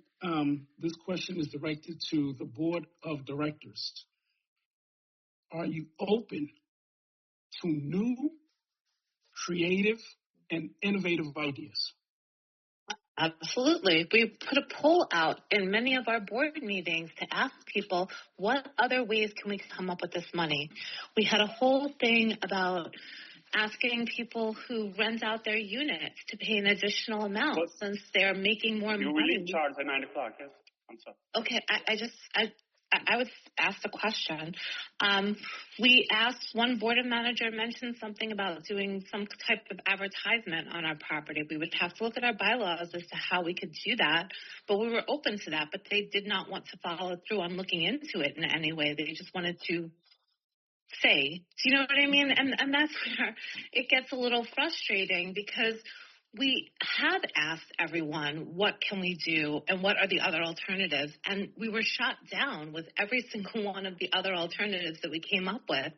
There was a thing to, when people are buying in the apartments, to ask the buyers to pay a certain, I think it was 3 months we talked about, of additional reserves just on onset, to bump up the reserve funds.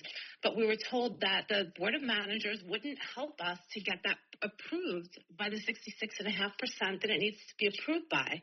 There were a number of different things that we could do that would generate additional money, but we need the approval of 66.5% to change the bylaws to do those things. And we were point blank told by the board of managers that they were not going to help us do those things. Okay, but along that vein, if someone, a homeowner or BOM, whoever, or your fellow BOD member comes to you with a cost-effective idea, I just want to hear this plain and clearly. If someone comes to you with a cost-effective idea, you will take that in, you will consider it, you'll be receptive. Absolutely. Okay, that's the property managers talking, the BOD?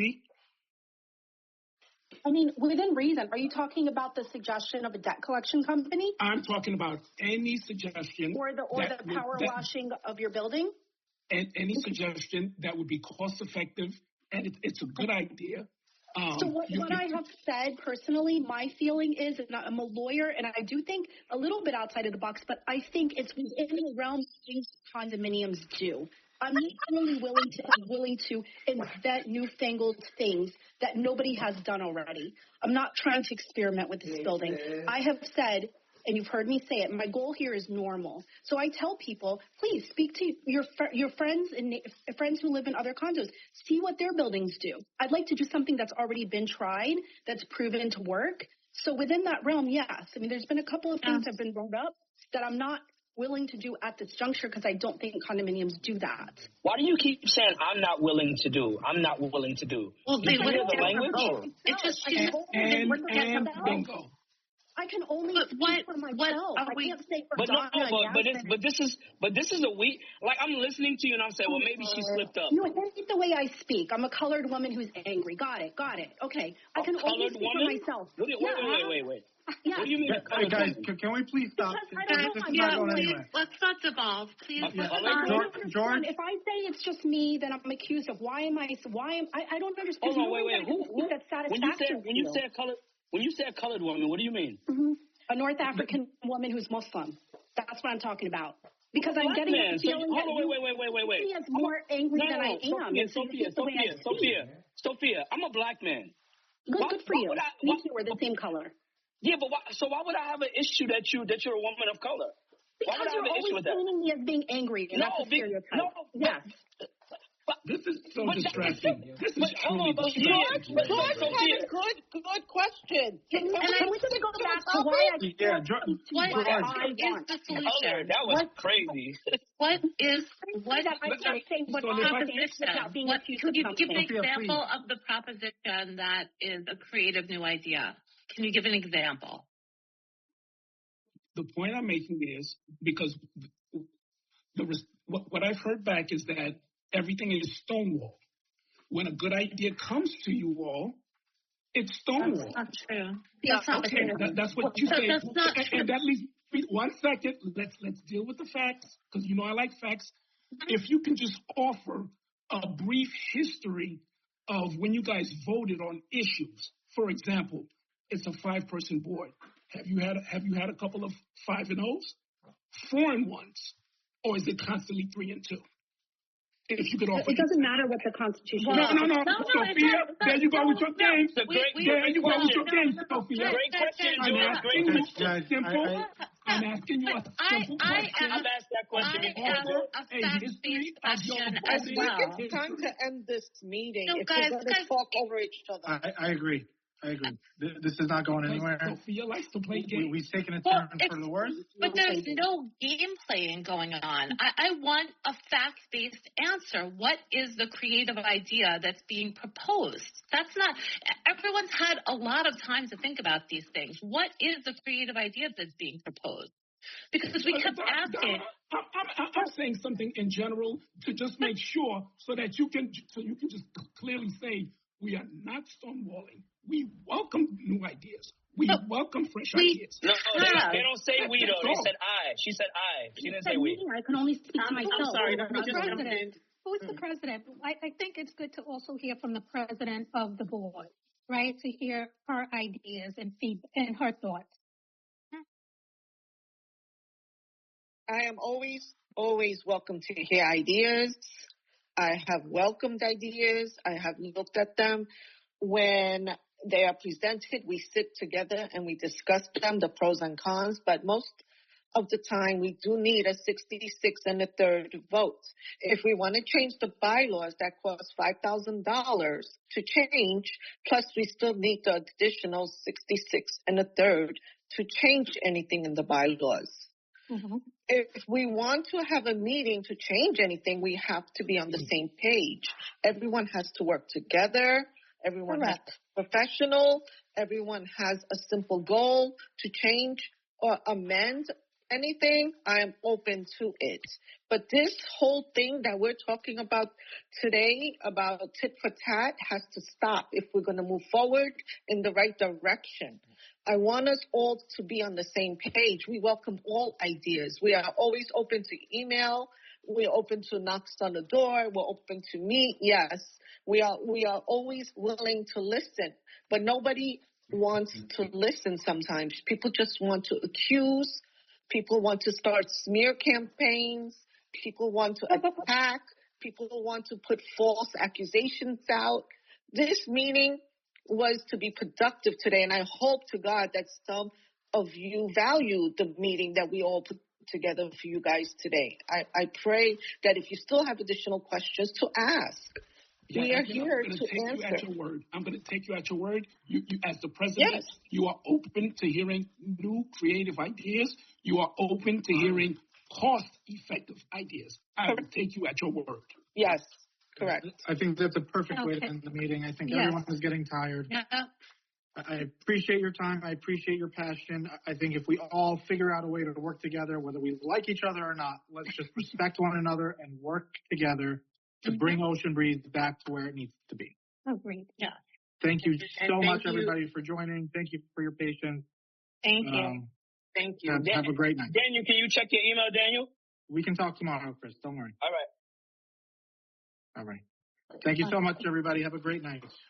Have a good night. Good night, all.